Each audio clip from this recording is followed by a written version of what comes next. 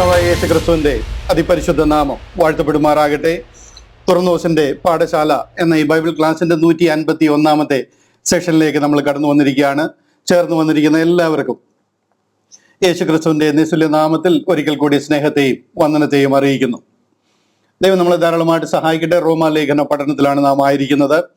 അതിലേക്ക് നമ്മൾ തുടർന്ന് കിടക്കുവാനായിട്ട് പോവുകയാണ്. ഞാൻ പ്രാരംഭമായിട്ട് പ്രത്യേകിച്ച് ഒന്നും തന്നെ പറയുന്നില്ല. ഒരു കാര്യം മാത്രം ഓർപ്പിക്കുന്നു. കഴിഞ്ഞ ആഴ്ചയിൽ പറഞ്ഞതുപോലെ പഞ്ചാബ്, ബംഗാൾ, മഹാരാഷ്ട്ര ഈ 3 സ്റ്റേറ്റുകളാണ് 2026 നമ്മുടെ ടാർഗറ്റ്. ഈ സ്ഥലങ്ങളിലൊക്കെ പോകുവാൻ, ഈ സ്ഥലങ്ങളിലൊക്കെ സുവിശേഷം പറയുവാൻ അനേകര് ഇതിനോടകം നിയോഗിച്ചു കഴിഞ്ഞു. അനേകരവിടെ പ്രവർത്തിച്ചുകൊണ്ടിരിക്കുന്നു. ഈ 3 സ്റ്റേറ്റുകളിലും മറ്റുള്ളിടത്തെ പോലെ തന്നെ ഉത്തർപ്രദേശിൽ വളരെ അനുഗ്രഹിക്കപ്പെട്ട ഒരു വളർച്ചയാണ് നമുക്ക് ലഭിച്ചിരിക്കുന്നത്. ജമ്മു കാശ്മീരിലും നേപ്പാളിലും ഒക്കെ നമ്മുടെ പ്രവർത്തനങ്ങൾ ആരംഭിച്ചിട്ടുണ്ട്.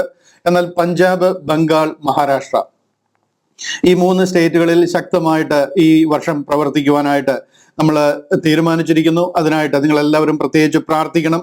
നിങ്ങളെല്ലാവോളം അതിൽ പ്രാർത്ഥനയിലും ഏതെങ്കിലും രീതിയിലൊക്കെ നിങ്ങൾക്ക് സഹായമാകുമെങ്കിൽ അതിൽ ഉത്സാഹിക്കണം എന്ന് ഞാൻ വിനീതമായിട്ട് നിങ്ങളെ ഓർപ്പിക്കുകയാണ്. ഇന്ന് തുടർമാനമായ റോമാലേഖന പഠനത്തിലേക്ക് നമ്മൾ വരികയാണ്. 12-ാം അധ്യായമാണ് കഴിഞ്ഞ ആഴ്ചയിൽ നമ്മൾ ചിന്തിച്ചത്. 13-ാം അധ്യായത്തിലേക്ക് ഇന്ന് കടക്കുവാനായിട്ട് ഞാൻ ആഗ്രഹിക്കുന്നു. 12-ാം അധ്യായം ഒന്ന് ഓടിച്ചൊന്ന് റീക്യാപ്പ് ചെയ്തിട്ട് 13-ാം അധ്യായത്തിലേക്ക് കയറി അത് പറഞ്ഞു തീർക്കുവാനായിട്ട് ഞാൻ കർത്താവിൽ ആഗ്രഹിക്കുകയാണ്. റോമാലേഖനം ഇത് നമുക്ക് പൊതുവെ അറിയാം, പ്രാക്ടിക്കൽ കാര്യങ്ങളാണ് റോമാലേഖനം 12 മുതൽ 16 വരെയുള്ള കാര്യങ്ങളിൽ പറയുന്നത്. ഒത്തിരി പേർക്ക് ഗുണദോഷങ്ങളോ അല്ലെങ്കിൽ ഇങ്ങനെ ജീവിക്കണം അങ്ങനെ ജീവിക്കണം എന്നൊക്കെ പറയുന്നതിനോട് വലിയ താല്പര്യം കാണത്തില്ല. ഡോക്ടറിനൽ വിഷയങ്ങളൊക്കെ ശ്രദ്ധിക്കാനാണ് പലരും താല്പര്യപ്പെടുന്നത്. എന്നാൽ നമ്മുടെ ഈ സ്റ്റഡി ക്ലാസ്സിൽ ഒരുത്തർ പോലും കുറഞ്ഞു പോകാതെ ഇപ്പോഴും ഇത്രയും പേര് ഉത്സാഹത്തോടെ ഈ കാര്യങ്ങൾ ശ്രദ്ധിക്കുന്നത് ഓർത്ത് ഞാൻ ദൈവത്തെ സ്തുതിക്കുന്നു. റോമാലേഖനം 1 മുതൽ 11 വരെ എല്ലാം വളരെ ഡീപ്പായിട്ടുള്ള ഡോക്ടറിനൽ വിഷയങ്ങളാണ് നമ്മൾ ചിന്തിച്ചത്. 12 മുതൽ ഒരു ക്രിസ്ത്യാനി എങ്ങനെ ജീവിക്കണം, ഒരു ക്രിസ്തീയ ജീവിതം നമുക്ക് എങ്ങനെയായിരിക്കണം, നമ്മളോടും നമ്മുടെ അയൽവാസിയോടും നമ്മുടെ സഹവിശ്വാസിയോടും നമ്മുടെ ഗവൺമെന്റിനോടും നമ്മുടെ ഭരണകർത്താക്കളോടും ഒക്കെ നമ്മുടെ ഇടപെടിയിൽ നമ്മുടെ ആ ഒരു ജീവിതം, ഉത്തരവാദിത്വം എന്തായിരിക്കണം എന്ന് പറഞ്ഞിരിക്കുന്ന ഭാഗമാണ്. 13-ാം അധ്യായത്തിലേക്ക് നമ്മൾ കയറുമ്പോൾ നമുക്ക് ഈ ഗവൺമെന്റുമായിട്ട് അല്ലെന്നുണ്ടെങ്കിൽ ഭരണാധികാരികളുമായിട്ട് നമ്മൾ എങ്ങനെ ആയിരിക്കണം, അവരെ കൊണ്ടുവന്നിരിക്കുന്ന ഭരണക്രമങ്ങളോട് നമ്മൾ എങ്ങനെ വിധേയപ്പെടണം എന്നൊക്കെ ചിന്തിക്കുന്ന കാര്യം. അതൊക്കെ വളരെ ഇൻഫോർമേറ്റീവ് ആണ്. നിങ്ങൾ ശ്രദ്ധിച്ച് എന്നോട് കൂടെ ആയിരിക്കുവാൻ ഞാൻ വിനീതമായിട്ട് വീണ്ടും ഓർപ്പിക്കുക. ഇവിടെ നമ്മൾ 6-ാമത്തെ അധ്യായം റോമാലേഖനം 12-ാമത്തെ അധ്യായത്തിന്റെ 6-ാമത്തെ വാക്യം മുതൽ ക്യുക്കായിട്ടൊന്ന് വായിച്ച് റീക്യാപ്പ് ചെയ്ത് ഞാൻ ഈ വിഷയത്തിലേക്ക് വരിക. 6-ാമത്തെ വാക്യം പറയുന്നത്, ആകയാൽ നമുക്ക് ലഭിച്ച കൃപയ്ക്ക് ഒത്തവണ്ണം വെവ്വേറെ ഉള്ളതുകൊണ്ട് പ്രവചനമെങ്കിൽ വിശ്വാസത്തിനൊത്തവണ്ണം, ശുശ്രൂഷയെങ്കിൽ ശുശ്രൂഷയിൽ, ഉപദേശിക്കുന്നവനെങ്കിൽ ഉപദേശത്തിൽ, പ്രബോധിപ്പിക്കുന്നവനെങ്കിൽ പ്രബോധനത്തിൽ, ദാനം ചെയ്യുന്നവൻ ഏകാഗ്രതയോടെ, ഭരിക്കുന്നവൻ ഉത്സാഹത്തോടെ, കരുണ ചെയ്യുന്നവൻ പ്രസന്നതയോടെ ആകട്ടെ. സ്നേഹം നിർവ്യാജമായിരിക്കട്ടെ. തീയതിനെ വെറുത്ത് നല്ലതിനോട് പറ്റിക്കൊള്ളുകയും. ഈ ഭാഗം മാത്രം ഒന്ന് വായിച്ച് നമുക്ക് മുന്നോട്ട് പോവുകയാണ്. ആകയാൽ നമുക്ക് ലഭിച്ച കൃപയ്ക്ക് ഒത്തവണ്ണം. ഇവിടെ നമുക്ക് ലഭിച്ച കൃപയ്ക്ക് ഒത്തവണ്ണം എന്ന് പറയുന്നത് നമുക്ക് വെളിപ്പെട്ട് ലഭിച്ചിരിക്കുന്ന according to the revelation given by the spirit. നമുക്ക് ഏത് രീതിയിലാണോ ദൈവം ആത്മാവിനാൽ അതിൽ വെളിപ്പാട് തന്നിരിക്കുന്നത്, എത്രമാത്രം അതിന് നമുക്ക് വെളിപ്പെട്ട് ലഭിച്ചിരിക്കുന്നു, നമുക്ക് ആത്മാവ് എത്ര വെളിപ്പെടുത്തി തന്നിരിക്കുന്നു അതിനൊത്തവണ്ണം നമ്മൾ പ്രവർത്തിക്കുവാനായിട്ട് പറയുക. അപ്പോസ്തലനായ പൗലോസിന് ലഭിച്ച ഒരു കാഴ്ചപ്പാട് ആ ഒരു വിഷയത്തിൽ ചിലപ്പോൾ നമുക്ക് കിട്ടിയെന്ന് വരത്തില്ല. അല്ലെങ്കിൽ എനിക്കുള്ളൊരു കാഴ്ചപ്പാട് ആയിരിക്കത്തില്ല നിങ്ങൾക്കുള്ളത്. നിങ്ങളിൽ ഒരാൾക്കുള്ള ഒരു കാഴ്ചപ്പാട് ചിലപ്പോൾ എനിക്ക് ലഭിച്ചെന്ന് വരത്തില്ല. നമുക്ക് ലഭിച്ചിരിക്കുന്ന ആ കാഴ്ചപ്പാടിനൊത്തവണ്ണം, നമുക്ക് ലഭിച്ചിരിക്കുന്ന ആ കൃപയ്ക്ക് ഒത്തവണ്ണം, വെവ്വേറെ വരമുള്ളത് കൊണ്ട് പ്രവചനമെങ്കിൽ വിശ്വാസത്തിനൊത്തവണ്ണം, അവരവർക്ക് ലഭിച്ചിരിക്കുന്ന ആ കൃപയ്ക്ക് ഒത്തവണ്ണം ആ കാര്യങ്ങളിൽ ഉത്സാഹമുള്ളവരായിരിക്കാൻ ഓർപ്പിക്കുക. പ്രവചനമെങ്കിൽ വിശ്വാസത്തിനൊത്തവണ്ണം. ഞാൻ ഈ വിഷയം കഴിഞ്ഞ ആഴ്ചയിൽ ടച്ച് ചെയ്തതാണ്. പ്രവചനം ഇങ്ങനൊരു വരമുണ്ടായിരുന്നു, എന്നാൽ ആ ഒരു വരത്തിന്റെ ആവശ്യം ഈ കാലത്തിലില്ല. പ്രവചനം ആവശ്യമായിരുന്നു. അത് എല്ലാം ദൈവം അപ്പോസ്തലന്മാരിൽ കൂടെ പ്രവാചകന്മാരിൽ കൂടെ സംസാരിച്ചത് ഈ തിരുവചനത്തിൽ എഴുതി നമുക്ക് തന്നിരിക്കുന്ന കാരണം ഇനി ഒരു പുതിയ പ്രവചനത്തിന്റെയും ആവശ്യം കർത്താവിന്റെ വരവ് വരെ സഭ ഇവിടുന്ന് ചേർക്കപ്പെടുന്നത് വരെ ഇല്ല. എല്ലാം തന്നെ അതിലെഴുതി നിവർത്തിയായിരിക്കുകയാണ്, നമുക്ക് തന്നിരിക്കുകയാണ്. നമ്മളത് ഫോളോ ചെയ്താൽ മതി. അതുകൊണ്ട് അത് നിന്നു പോകുമെന്ന് പറഞ്ഞതുപോലെ തന്നെ അത് നിന്നു പോവുകയും നീങ്ങിപ്പോകും എന്ന് പറഞ്ഞതൊക്കെ നീങ്ങിപ്പോവുകയും ചെയ്തിരിക്കുകയാണ്. ഈ കാലഘട്ടത്തിൽ അതിനൊരു പ്രസക്തി ഇല്ല. എന്നാൽ റോമാലേഖനം എഴുതുന്ന കാലഘട്ടത്തിൽ അതിന് പ്രസക്തി ഉണ്ടായിരുന്നു. അതുകൊണ്ടാണ് അപ്പോൾ അത് പറഞ്ഞിരിക്കുന്നത്, പ്രവചനമെങ്കിൽ വിശ്വാസത്തിനൊത്തവണ്ണം. ശുശ്രൂഷയെങ്കിൽ ശുശ്രൂഷയിൽ ഒരാള് സഭയിൽ ശുശ്രൂഷിക്കുന്നത് ഒരു ഒരു ഒരു മിനിസ്ട്രി ഏറ്റെടുത്തിരിക്കുന്നെങ്കിൽ അത് ഏത് രീതിയിൽ ചെയ്യണോ, ദൈവം കൊടുത്തിരിക്കുന്ന ആ കൃപയ്ക്കൊത്തവണ്ണം അത് ചെയ്യണം. എങ്കിൽ ഉപദേശത്തിൽ പ്രബോധിപ്പിക്കുന്നവനെങ്കിൽ പ്രബോധനത്തിൽ ദാനം ചെയ്യുന്നവൻ ഏകാഗ്രതയോട്, ഈ ഒരു വാക്യം ഇവിടെ കൂടെ ഞാൻ ഒന്ന് നിൽക്കുവാൻ ആഗ്രഹിക്കുക. ഈ ദാനം ചെയ്യുന്നവൻ ഏകാഗ്രതയോട്. ഇന്ന് ക്രിസ്തീയ സഭകൾ, ഓർഗനൈസേഷനുകൾ എന്നറിയപ്പെടുന്ന ഗ്രൂപ്പുകളിലൊക്കെ ഏറ്റവും കൂടുതൽ ചൂഷണം ചെയ്യപ്പെടുന്ന ഒരു വാക്യമാണ്, ഒരു ഭാഗമാണിത്. ഗിവിങ് എന്ന് പറയുന്നത് ശരിക്കും പറഞ്ഞു കഴിഞ്ഞാൽ ദാനം ചെയ്യുന്നവൻ ഏകാഗ്രതയോട്. ദാനം ചെയ്യുക എന്ന് പറയുന്നത് ആക്ച്വലി ഒരു ഒരു ഒരു വരമാണ്. ഗിവിങ് എന്ന് പറയുന്നത് ദൈവം തന്നിട്ടുള്ള ഒരു ഗിഫ്റ്റാണ്, അതൊരു വരമാണ്. അതൊരു പക്ഷെ എല്ലാവർക്കും ലഭിച്ചെന്ന് വരത്തില്ല. എത്രമാത്രം ഉണ്ടായെന്ന് പറഞ്ഞു കഴിഞ്ഞാൽ ഒരാൾക്ക് ഗിവിങ്ങിനൊരു വരമില്ല എന്നുണ്ടെങ്കിൽ അത് കൊടുക്കാൻ പറ്റത്തില്ല.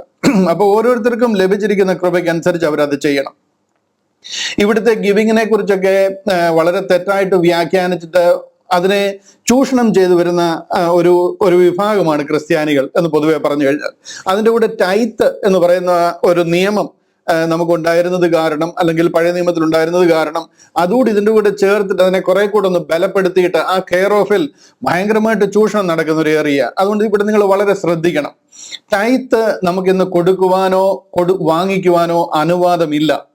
ഞാൻ ഒരിക്കൽ കൂടി പറയുക, ദശാംശം നിങ്ങൾക്ക് കൊടുക്കാനോ വാങ്ങിക്കാനോ ഈ കാലഘട്ടത്തിൽ അനുവാദമില്ല. അതിനാർക്കെങ്കിലും ക്ലാരിറ്റി ആവശ്യമാണെന്നുണ്ടെങ്കിൽ ഞാൻ അതിനെക്കുറിച്ച് ഒരു ദിവസം സംസാരിക്കാം.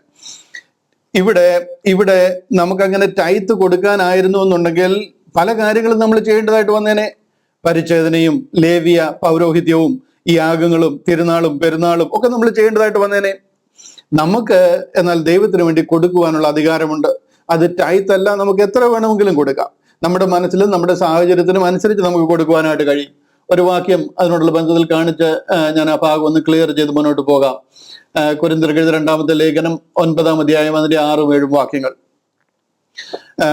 അതിന്റെ 5-ാമത്തെ വാക്യം മുതൽ കാണിക്കുക. അവിടെ പറയണം, ആകയാൽ സഹോദരന്മാർ, ഞങ്ങൾക്ക് മുൻപായി അങ്ങോട്ട് വരികയും നിങ്ങൾ മുമ്പേ വാഗ്ദത്തം ചെയ്ത അനുഗ്രഹം പിശുക്കായിട്ടല്ല, അനുഗ്രഹമായിട്ട് ഒരുങ്ങിയിരിക്കാൻ തക്കവണ്ണം മുമ്പ് കൂട്ടി ഒരുക്കി വെക്കുകയും ചെയ്യേണ്ടതിന് അവരോട് അപേക്ഷിക്കുവാൻ ആവശ്യമെന്ന് ഞങ്ങൾക്ക് തോന്നി. പൗലോസ് അപ്പോസ്തലൻ ഇവിടെ അഖായയിലെ സഭയ്ക്ക് എഴുതുക. കൊരിന്ത് എന്ന് പറയുന്നത് അഖായയിലുള്ള ഒരു സഭയാണ്. മക്കതോനിയയിൽ നിന്നും അഖായയിലേക്ക് വരിക. അവിടെ നിന്നും അദ്ദേഹത്തിന്റെ കൂടെ ആ മക്കതോനിയ സഭക്കാരും ചേർന്ന് വരിക. അപ്പം ഇവിടെ ഒരു ഫണ്ട് റൈസിങ് നടത്തുന്നതിനെ കുറിച്ച് പോൾ പറയുക. കണ്ടില്ലേ, അവിടെ പറയുന്നത് കണ്ടില്ലയോ?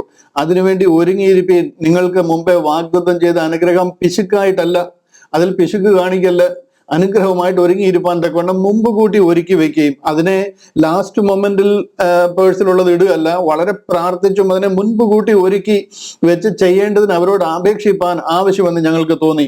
അതിനെക്കുറിച്ച് വളരെ പോസിറ്റീവായിട്ട് പോൾ പറയുക. എന്നാൽ ലോഭമായി വിതയ്ക്കുന്നവൻ ലോഭമായി കൊയ്യും. അതായത് പിശുക്കോടെ അല്പമല്പം വിതയ്ക്കുന്നവൻ അല്പമായിട്ട് കൊയ്യും, ധാരാളമായി വിതയ്ക്കുന്നവൻ ധാരാളമായി കൊയ്യും എന്ന് ഓർത്തുകൊള്ളുകയും അവനവന് ഹൃദയത്തിൽ നിശ്ചയിച്ചതുപോലെ കൊടുക്കട്ടെ. ഇതാണ് ഇതിന്റെ ബേസിക്. ഇവിടെ ഒരു നിർബന്ധവും ഒരിക്കലും ആരോടും ഈ ഫണ്ട് റേസിങ്ങിന്റെ കാര്യത്തിൽ ചെയ്യരുത്. അവനവന് ഹൃദയത്തിൽ നിശ്ചയിച്ചതുപോലെ കൊടുക്കട്ടെ. അവനവന് പരിപൂർണ സ്വാതന്ത്ര്യം അതിനുണ്ടായിരിക്കണം. പൂർണ്ണ സ്വാതന്ത്ര്യത്തോടെ സന്തോഷത്തോടെ കൊടുക്കണം. സങ്കടത്തോടെ ആരും നിർബന്ധിക്കരുത്, സങ്കടപ്പെടുത്തുന്ന രീതിയിൽ കൊടുക്കരുത്, നിർബന്ധത്താലും അരുത്. സന്തോഷത്തോടെ കൊടുക്കുന്നവനെ ദൈവം സ്നേഹിക്കുന്നു. ദൈവത്തിന് നിങ്ങൾ സങ്കടത്തോടെ അല്ലെന്നുണ്ടെങ്കിൽ മറ്റുള്ളവർ കാണും, എന്ത് വിചാരിക്കും, അല്ലെന്നുണ്ടെങ്കിൽ രജിസ്റ്ററിൽ ഇത് എഴുതി വരും, നാളെ ഇത് പബ്ലിക്കിൽ വായിക്കും. ഇതൊക്കെ ചർച്ചിലെ ഓരോ ട്രിക്കുകളാണ് കേട്ടോ. കാശ് മേടിക്കാനായിട്ടുള്ള ഓരോ ട്രിക്കുകളാണ് ഇത് പരസ്യമായിട്ട് വായിക്കുകയൊക്കെ ചെയ്യുന്നത്. അപ്പൊ അതിനിടയിൽ ഒരു കോമ്പറ്റീഷൻ ആകും. അതിനേക്കാട്ടിൽ കൂടുതൽ ഞാൻ കൊടുത്തു, ഞങ്ങളുടെ കുടുംബക്കാർ മറ്റുള്ള കുടുംബക്കാരെക്കാട്ടിൽ കൂടുതൽ കൊടുത്തു എന്നൊക്കെ വരെ. ഇത് ഇങ്ങനൊന്നും ഒരു കാര്യവും അരുതെന്നാണ് പറയുന്നത്. സങ്കടത്തോടെ അരുത്, നിർബന്ധത്താൽ അരുത്, സന്തോഷത്തോടെ കൊടുക്കുന്നവനെ ദൈവം സ്നേഹിക്കുന്നു. നിങ്ങൾ സകലത്തിലും എപ്പോഴും പൂർണ്ണ തൃപ്തിയുള്ളവരായി സകല സൽപ്രവൃത്തിയിലും പെരുകി വരുമാർ നിങ്ങളിൽ സകല കൃപയും പെരുകുവാൻ ദൈവം ശക്തനാകുന്നു. അവിടെ ഞാനൊന്ന് തൊട്ടുവിട്ടത് നിങ്ങൾക്ക് അതിനെക്കുറിച്ച് അറിഞ്ഞിരിക്കുവാൻ വേണ്ടിയിട്ട്. പോള് ധനശേഖരണം ചെയ്തത് പൗലോസ് അപ്പോസ്തലന് കാറ് മേടിക്കാനോ വീട് മേടിക്കാനോ ഒന്നും അല്ല. ഇപ്പൊ ഞങ്ങൾ ഈ പറയുന്നത് ഞങ്ങൾക്ക് എന്തോ കാശ് വേണ്ടിയിട്ടേ അല്ല. നമുക്ക് പല സ്ഥലങ്ങളിലും പല രീതിയിൽ പ്രവർത്തനങ്ങൾ നടക്കുന്നുണ്ട്. അവിടെ നിങ്ങൾക്ക് സഹായിക്കാൻ പറ്റുന്നുണ്ടെങ്കിൽ നിങ്ങൾ അതിനൊരു ഭാഗവാക്കായി തീരുക. നിങ്ങൾക്ക് ആ ഒരു അനുഗ്രഹത്തിൽ പങ്കെടുക്കുവാൻ നിങ്ങൾക്ക് ഒരു അവസരം ലഭിക്കുക. ഇവിടെ പൗലോസ് അപ്പോസ്തലൻ ഈ ഫണ്ട് റൈസ് ചെയ്യുന്നത് അദ്ദേഹത്തിന്റെ ആവശ്യത്തിന് വേണ്ടിയിട്ടോ അദ്ദേഹത്തിന്റെ ഉപജീവന മാർഗത്തിന് വേണ്ടിയിട്ടോ അല്ല. ആ ഫണ്ട് റൈസിങ് മുഴുവനും യെരുശലേമിലെ ദരിദ്രന്മാരായിട്ടുള്ള സഹോദരന്മാർക്ക് കൊടുക്കുവാനും യെരുശലേമിലെ സഭയ്ക്ക് കൊണ്ടെത്തിക്കുവാനും വേണ്ടിയിട്ട്. അതിനെന്തിനാ പോൾ അധ്വാനിക്കുന്നത് ചോദിച്ചു കഴിഞ്ഞാൽ അവർക്ക് ആർക്കും ചെയ്തുകൂടെ? എങ്ങനെയാണ് അവർ ദരിദ്രന്മാരായ? ഇതിനു മുമ്പൊക്കെ ഞാൻ പറഞ്ഞിട്ടുള്ളത്, അതുകൊണ്ട് ഞാൻ അവിടെ അധികം നിൽക്കുന്നില്ല.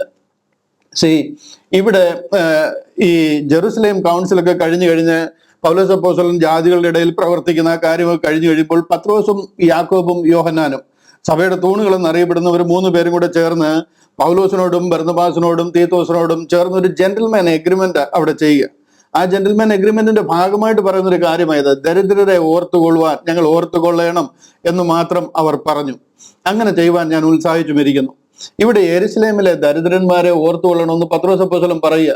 പൗലോസിന്റെ ശുശ്രൂഷയും ജാതീയ ദേശങ്ങളിലുള്ള പ്രവർത്തനങ്ങളും അനേക ആയിരങ്ങൾ ചേർന്ന് വരുന്നതും ഒക്കെ അവർ കണ്ടു. അവർക്കറിയാം അനേകർ ദൈവത്തെ സ്വീകരിക്കുകയും ഈ വിശ്വാസത്തിലേക്ക് വരികയും ചെയ്യുക. എന്നാൽ യെരുശലേമിൽ കാര്യങ്ങൾ പറഞ്ഞതുപോലെ നടന്നില്ല. അവരെല്ലാം അവരവരുടെ വസ്തുവകകളും സ്വത്തുക്കളും വിറ്റ് അപ്പോസ്തലന്മാരുടെ കാൽക്കൽ കൊണ്ടുവച്ചു.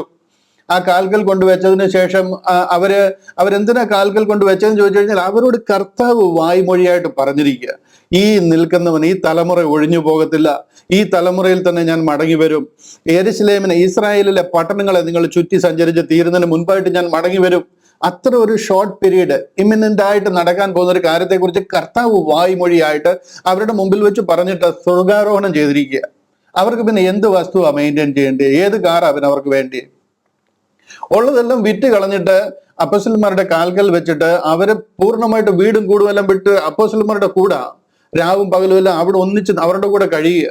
അവിടാണ് ഈ 7 പേരെ മേശമേൽ ശുശ്രൂഷിപ്പാനൊക്കെ നിയമിക്കുന്നത്. അതുപോലെ ജനങ്ങൾ അവിടെ ഡെയിലി ദിനം പ്രതിയുള്ള ആഹാരത്തിനും കാര്യങ്ങൾക്കും ഒക്കെ അവിടെ എല്ലാവരും അവരാണ് ഇതെല്ലാം അറേഞ്ച് ചെയ്ത് കൊടുക്കുന്നത്. അതുപോലെ വലിയൊരു ക്രൂസൈഡ് മാതിരി അവരുടെ കൂടെ കൂടിയിരിക്കുക ആ കാലഘട്ടത്തിൽ. അങ്ങനെ എന്നാൽ അവർ വിചാരിച്ചതുപോലെ കാര്യങ്ങൾ നടന്നില്ല. ഒരു വർഷത്തിന്റെ അവസാനമായി കഴിഞ്ഞപ്പോഴത്തേന് സ്തെഫാനോസിനെ കൂടെ എറിഞ്ഞ് കൊന്നു കഴിയുമ്പോഴത്തേന് അവിടെ വലിയൊരു റായട്ട് ഉണ്ടാവുകയും ലഹള ഉണ്ടാവുകയും അവരെല്ലാവരും ഓടിപ്പോവുകയും ചെയ്തു. കാക്ക എറിഞ്ഞ കല്ല് പോലെ എല്ലാം എല്ലാം ഓടിപ്പോകേണ്ടതായിട്ട് വന്നു. യെരുശലേമിൽ ആരുമില്ല, അപ്പോസ്തലന്മാരും മാത്രമല്ലാതെ വേറെ ആരുമില്ല. അതുപോലെ ഓടിപ്പോകേണ്ടതായിട്ട് വന്നു. എന്നാൽ അതിനുശേഷം കർത്താവ് അവർ വിചാരിച്ചതുപോലെ 1 വർഷമോ 2 വർഷമോ 7 വർഷമോ ഒന്നും കഴിഞ്ഞിട്ട് വന്നില്ല. അതെന്താ വരാതിരുന്നതെന്നുള്ളത് ഇന്ന് ആത്മാർത്ഥതയോട് ബൈബിൾ പഠിക്കുന്ന ആൾക്ക് മനസ്സിലാവും. അതാണ് നമ്മൾ ഈ പ്രസംഗിക്കുന്ന കൃപായുഗം എന്ന് പറയുന്നത്. അതിനു വേണ്ടിയിട്ടാണ് കർത്താവ് പൗലോസ് അപ്പോസ്തലനെ വിളിക്കുന്നതും നമ്മെ എല്ലാം വീണ്ടെടുക്കുവാനുള്ള ദൈവിക പദ്ധതി സ്വർഗത്തിൽ മറഞ്ഞിരുന്ന സ്വർഗീയ പദ്ധതി ആരംഭിക്കുക. എന്നാൽ അവർക്ക് അത് മനസ്സിലായിട്ടില്ല. അവരുടെ വസ്തുവകളെല്ലാം വിറ്റു. അവര് പത്രോസ് അപ്പോസ്തലന്റെ അടുക്കലൊക്കെ വന്ന് ചോദിക്കുക, അച്ഛാ എന്താ സംഭവിക്കുന്നത്, കർത്താവ് എന്താ വരാത്തെന്ന് ചോദിക്കുക. അവരെല്ലാവരും വളരെ വളരെ അവരുടെ പുറകെ ചോദിക്കുന്നുണ്ട്. അവരെ എന്താ പറയുന്നത്, ഒത്തിരി ഫോളോ അപ്പ് ചെയ്യുകയും അവരുടെ പുറകെ കൂടിയിരിക്കുക. എന്താണ് നമ്മൾ വിചാരിച്ചോളൂ, 5ഉം 10ഉം ഒക്കെ വർഷം കഴിഞ്ഞു, 10-20 വർഷമായി ഇതുവരെയും കർത്താവ് വന്നിട്ടില്ല, നമ്മളെല്ലാം വിറ്റ് കളഞ്ഞു, നമുക്കൊന്നുമില്ല. ഇവരങ്ങനെ ദരിദ്രന്മാരായി പോയി. യെരുശലേമിലെ സഭ പാപ്പരായി പോയി എന്ന് വേണമെന്നുണ്ടെങ്കിൽ പറയാം. അങ്ങനെ ഒരു സ്ഥലത്ത് പത്രോസ് അപ്പോസ്തലൻ പൗലോസിനോട് പറയുകയാണ്, ഇവിടെയുള്ള ദരിദ്രന്മാരെ ഓർത്തുകൊള്ളണം. കാര്യം അവർ ദരിദ്രരായി പോയിരിക്കുന്നത് കർത്താവിന് വേണ്ടിയിട്ടാണ്. പക്ഷെന്നുണ്ടെങ്കിൽ ഇവിടെ ദൈവിക പദ്ധതി മാറിയതും യഹൂദൻ കർത്താവിനെ അനുസരിക്കാതെ പരിശുദ്ധാത്മാവിനെതിരെ കൂടെ ദൂഷണം ചെയ്തു കഴിഞ്ഞപ്പോൾ ഈ ലോകത്തിലും വരുവാനുള്ള ലോകത്തിലും ക്ഷമിക്കത്തില്ല എന്ന് പറയുന്ന പാപം ചെയ്തപ്പോൾ ദൈവം അവരെ കൈവിടുക. അതിനുശേഷം ദൈവിക പദ്ധതികൾ ഇവിടെ ആരംഭിക്കുക, കൃപായുഗം. ഇവിടെ പത്രോസ് അപ്പോസ്തലനോട് ജനം ചോദിക്കുക, എന്താണ് ഇതിനൊരു പ്രതിവിധി, എന്താണ് നമ്മൾ ചെയ്യേണ്ടതെന്ന് ചോദിക്കുക. ഇവിടെ പത്രോസ് അപ്പോസ്തലൻ ഇതാ പറയുന്നത്, ദരിദ്രരെ ഞങ്ങൾ ഓർത്തുകൊള്ളണം എന്ന് മാത്രം അവർ പറഞ്ഞു. ഈ കാര്യത്തിന് വേണ്ടിയിട്ടാണ് പൗലോസ് അപ്പോസ്തലൻ പോകുന്നിടത്തെല്ലാം ഈ ഫണ്ട് റൈസ് നടത്തുന്നത്. അഖായയിലും മക്കദോനിയ സഭകളിലും എല്ലാം നടത്തുന്ന ഫണ്ടും കൊണ്ടാണ് തിരിച്ച് യെരുശലേമിലേക്ക് വരുന്നത്. 3 പ്രാവശ്യം കൊണ്ട് ഓരോരോ മെയിൻ സംഭവങ്ങൾ പെന്തക്കോസ്ത് നാളൊക്കെ തുടങ്ങുന്നതിന് മുമ്പായിട്ട് ഇവിടെ ഇഷ്ടംപോലെ ഫണ്ടിന്റെ ആവശ്യമുണ്ട്. അതിനെല്ലാം വേണ്ടി പൗലോസ് അപ്പോസ്തലൻ ഈ ഫണ്ട് റൈസുമായിട്ട് തിരിച്ചു വരുന്ന രംഗമാണ്. ഞാനിപ്പോൾ ഈ വായിച്ച് കേൾപ്പിച്ചത് മക്കദോനിയയിൽ നിന്ന് അഖായക്കാരോട് എഴുതുകയാണ്. ഞാൻ ഫണ്ട് റൈസിന് വരുന്നുണ്ട്, ന്യായമായിട്ട് നിങ്ങളത് ശേഖരിച്ചു വെക്കണം, പിശുക്ക് കാണിക്കല്ല എന്നൊക്കെ പറഞ്ഞിട്ട് ഈ പിരിക്കുന്നത് മുഴുവൻ ഇവിടെ കൊണ്ടുപോകാൻ, അല്ലാതെ ഇവിടെ പള്ളി പണിയാനോ അല്ലെന്നുണ്ടെങ്കിൽ ഇവിടെ ചില പാസ്റ്റേഴ്സും ചില ഉപദേശിമാരുണ്ട്, അവർക്ക് ഹൃദയത്തിൽ തോന്നി ഞാൻ വിശ്വാസത്തിൽ അങ്ങ് ആരംഭിക്കുകയാണ്, ദൈവം ആകാശത്തിന്റെ കിളിവാതിലുകളെ തുറന്ന് നമ്മളെ സഹായിക്കും എന്നൊക്കെ പറഞ്ഞ് ഓരോ പദ്ധതികൾ അങ്ങ് ആരംഭിക്കും. ഇത് അദ്ദേഹത്തിന്റെ പദ്ധതി 5 പൈസക്കായി കാണത്തില്ല, ഒരു 5 കോടി രൂപയുടെ ഒരു പദ്ധതി അങ്ങ് ആരംഭിക്കും. എന്നിട്ട് പിന്നെ ആൾക്കാരെ ഇങ്ങനെ പിഴിഞ്ഞ് ഉലകം മുഴുവൻ നടന്ന് പിഴിഞ്ഞ് ഇങ്ങനെ ഓരോരോ പദ്ധതികളുണ്ടാവും. ഇതൊന്നും ദൈവിക വ്യവസ്ഥ പ്രകാരമുള്ളതല്ല. ദൈവിക വ്യവസ്ഥ എന്ന് പറഞ്ഞു കഴിഞ്ഞാൽ വളരെ കൃത്യമായിട്ട് പറയുന്നുണ്ട്. ഒരു കാര്യം ചെയ്യണമെന്നുണ്ടെങ്കിൽ അതിനുള്ള ഫണ്ടും അതിനുള്ള ബഡ്ജറ്റും ഒക്കെ മുന്നമേ കണ്ടത് ഒരുക്കി വെച്ചതിന് ശേഷം വേണം കാര്യങ്ങൾ മുന്നോട്ട് കൊണ്ടുപോകാനായിട്ട്. ഒരു ഉദാഹരണം മാത്രം നിങ്ങൾക്ക് വേണമെന്നുണ്ടെങ്കിൽ നിങ്ങളുടെ അറിവിന് വേണ്ടിയിട്ട് ഞാൻ ആ പറഞ്ഞ സ്ഥിതിക്ക് ഒന്ന് കാണിക്കാം. ലൂക്കോസിന്റെ സുവിശേഷം 14-ാം അധ്യായത്തിൽ ഒരു എക്സാമ്പിൾ കാണിക്കാം. 14-ാം അധ്യായം അതിന്റെ 28 മുതൽ. ലൂക്കോസിന്റെ സുവിശേഷം 14-ാം അധ്യായം 28 മുതൽ. ഇവിടെ കണ്ടില്ലേ, ഇവിടെ പറയുന്നത് കണ്ടോ?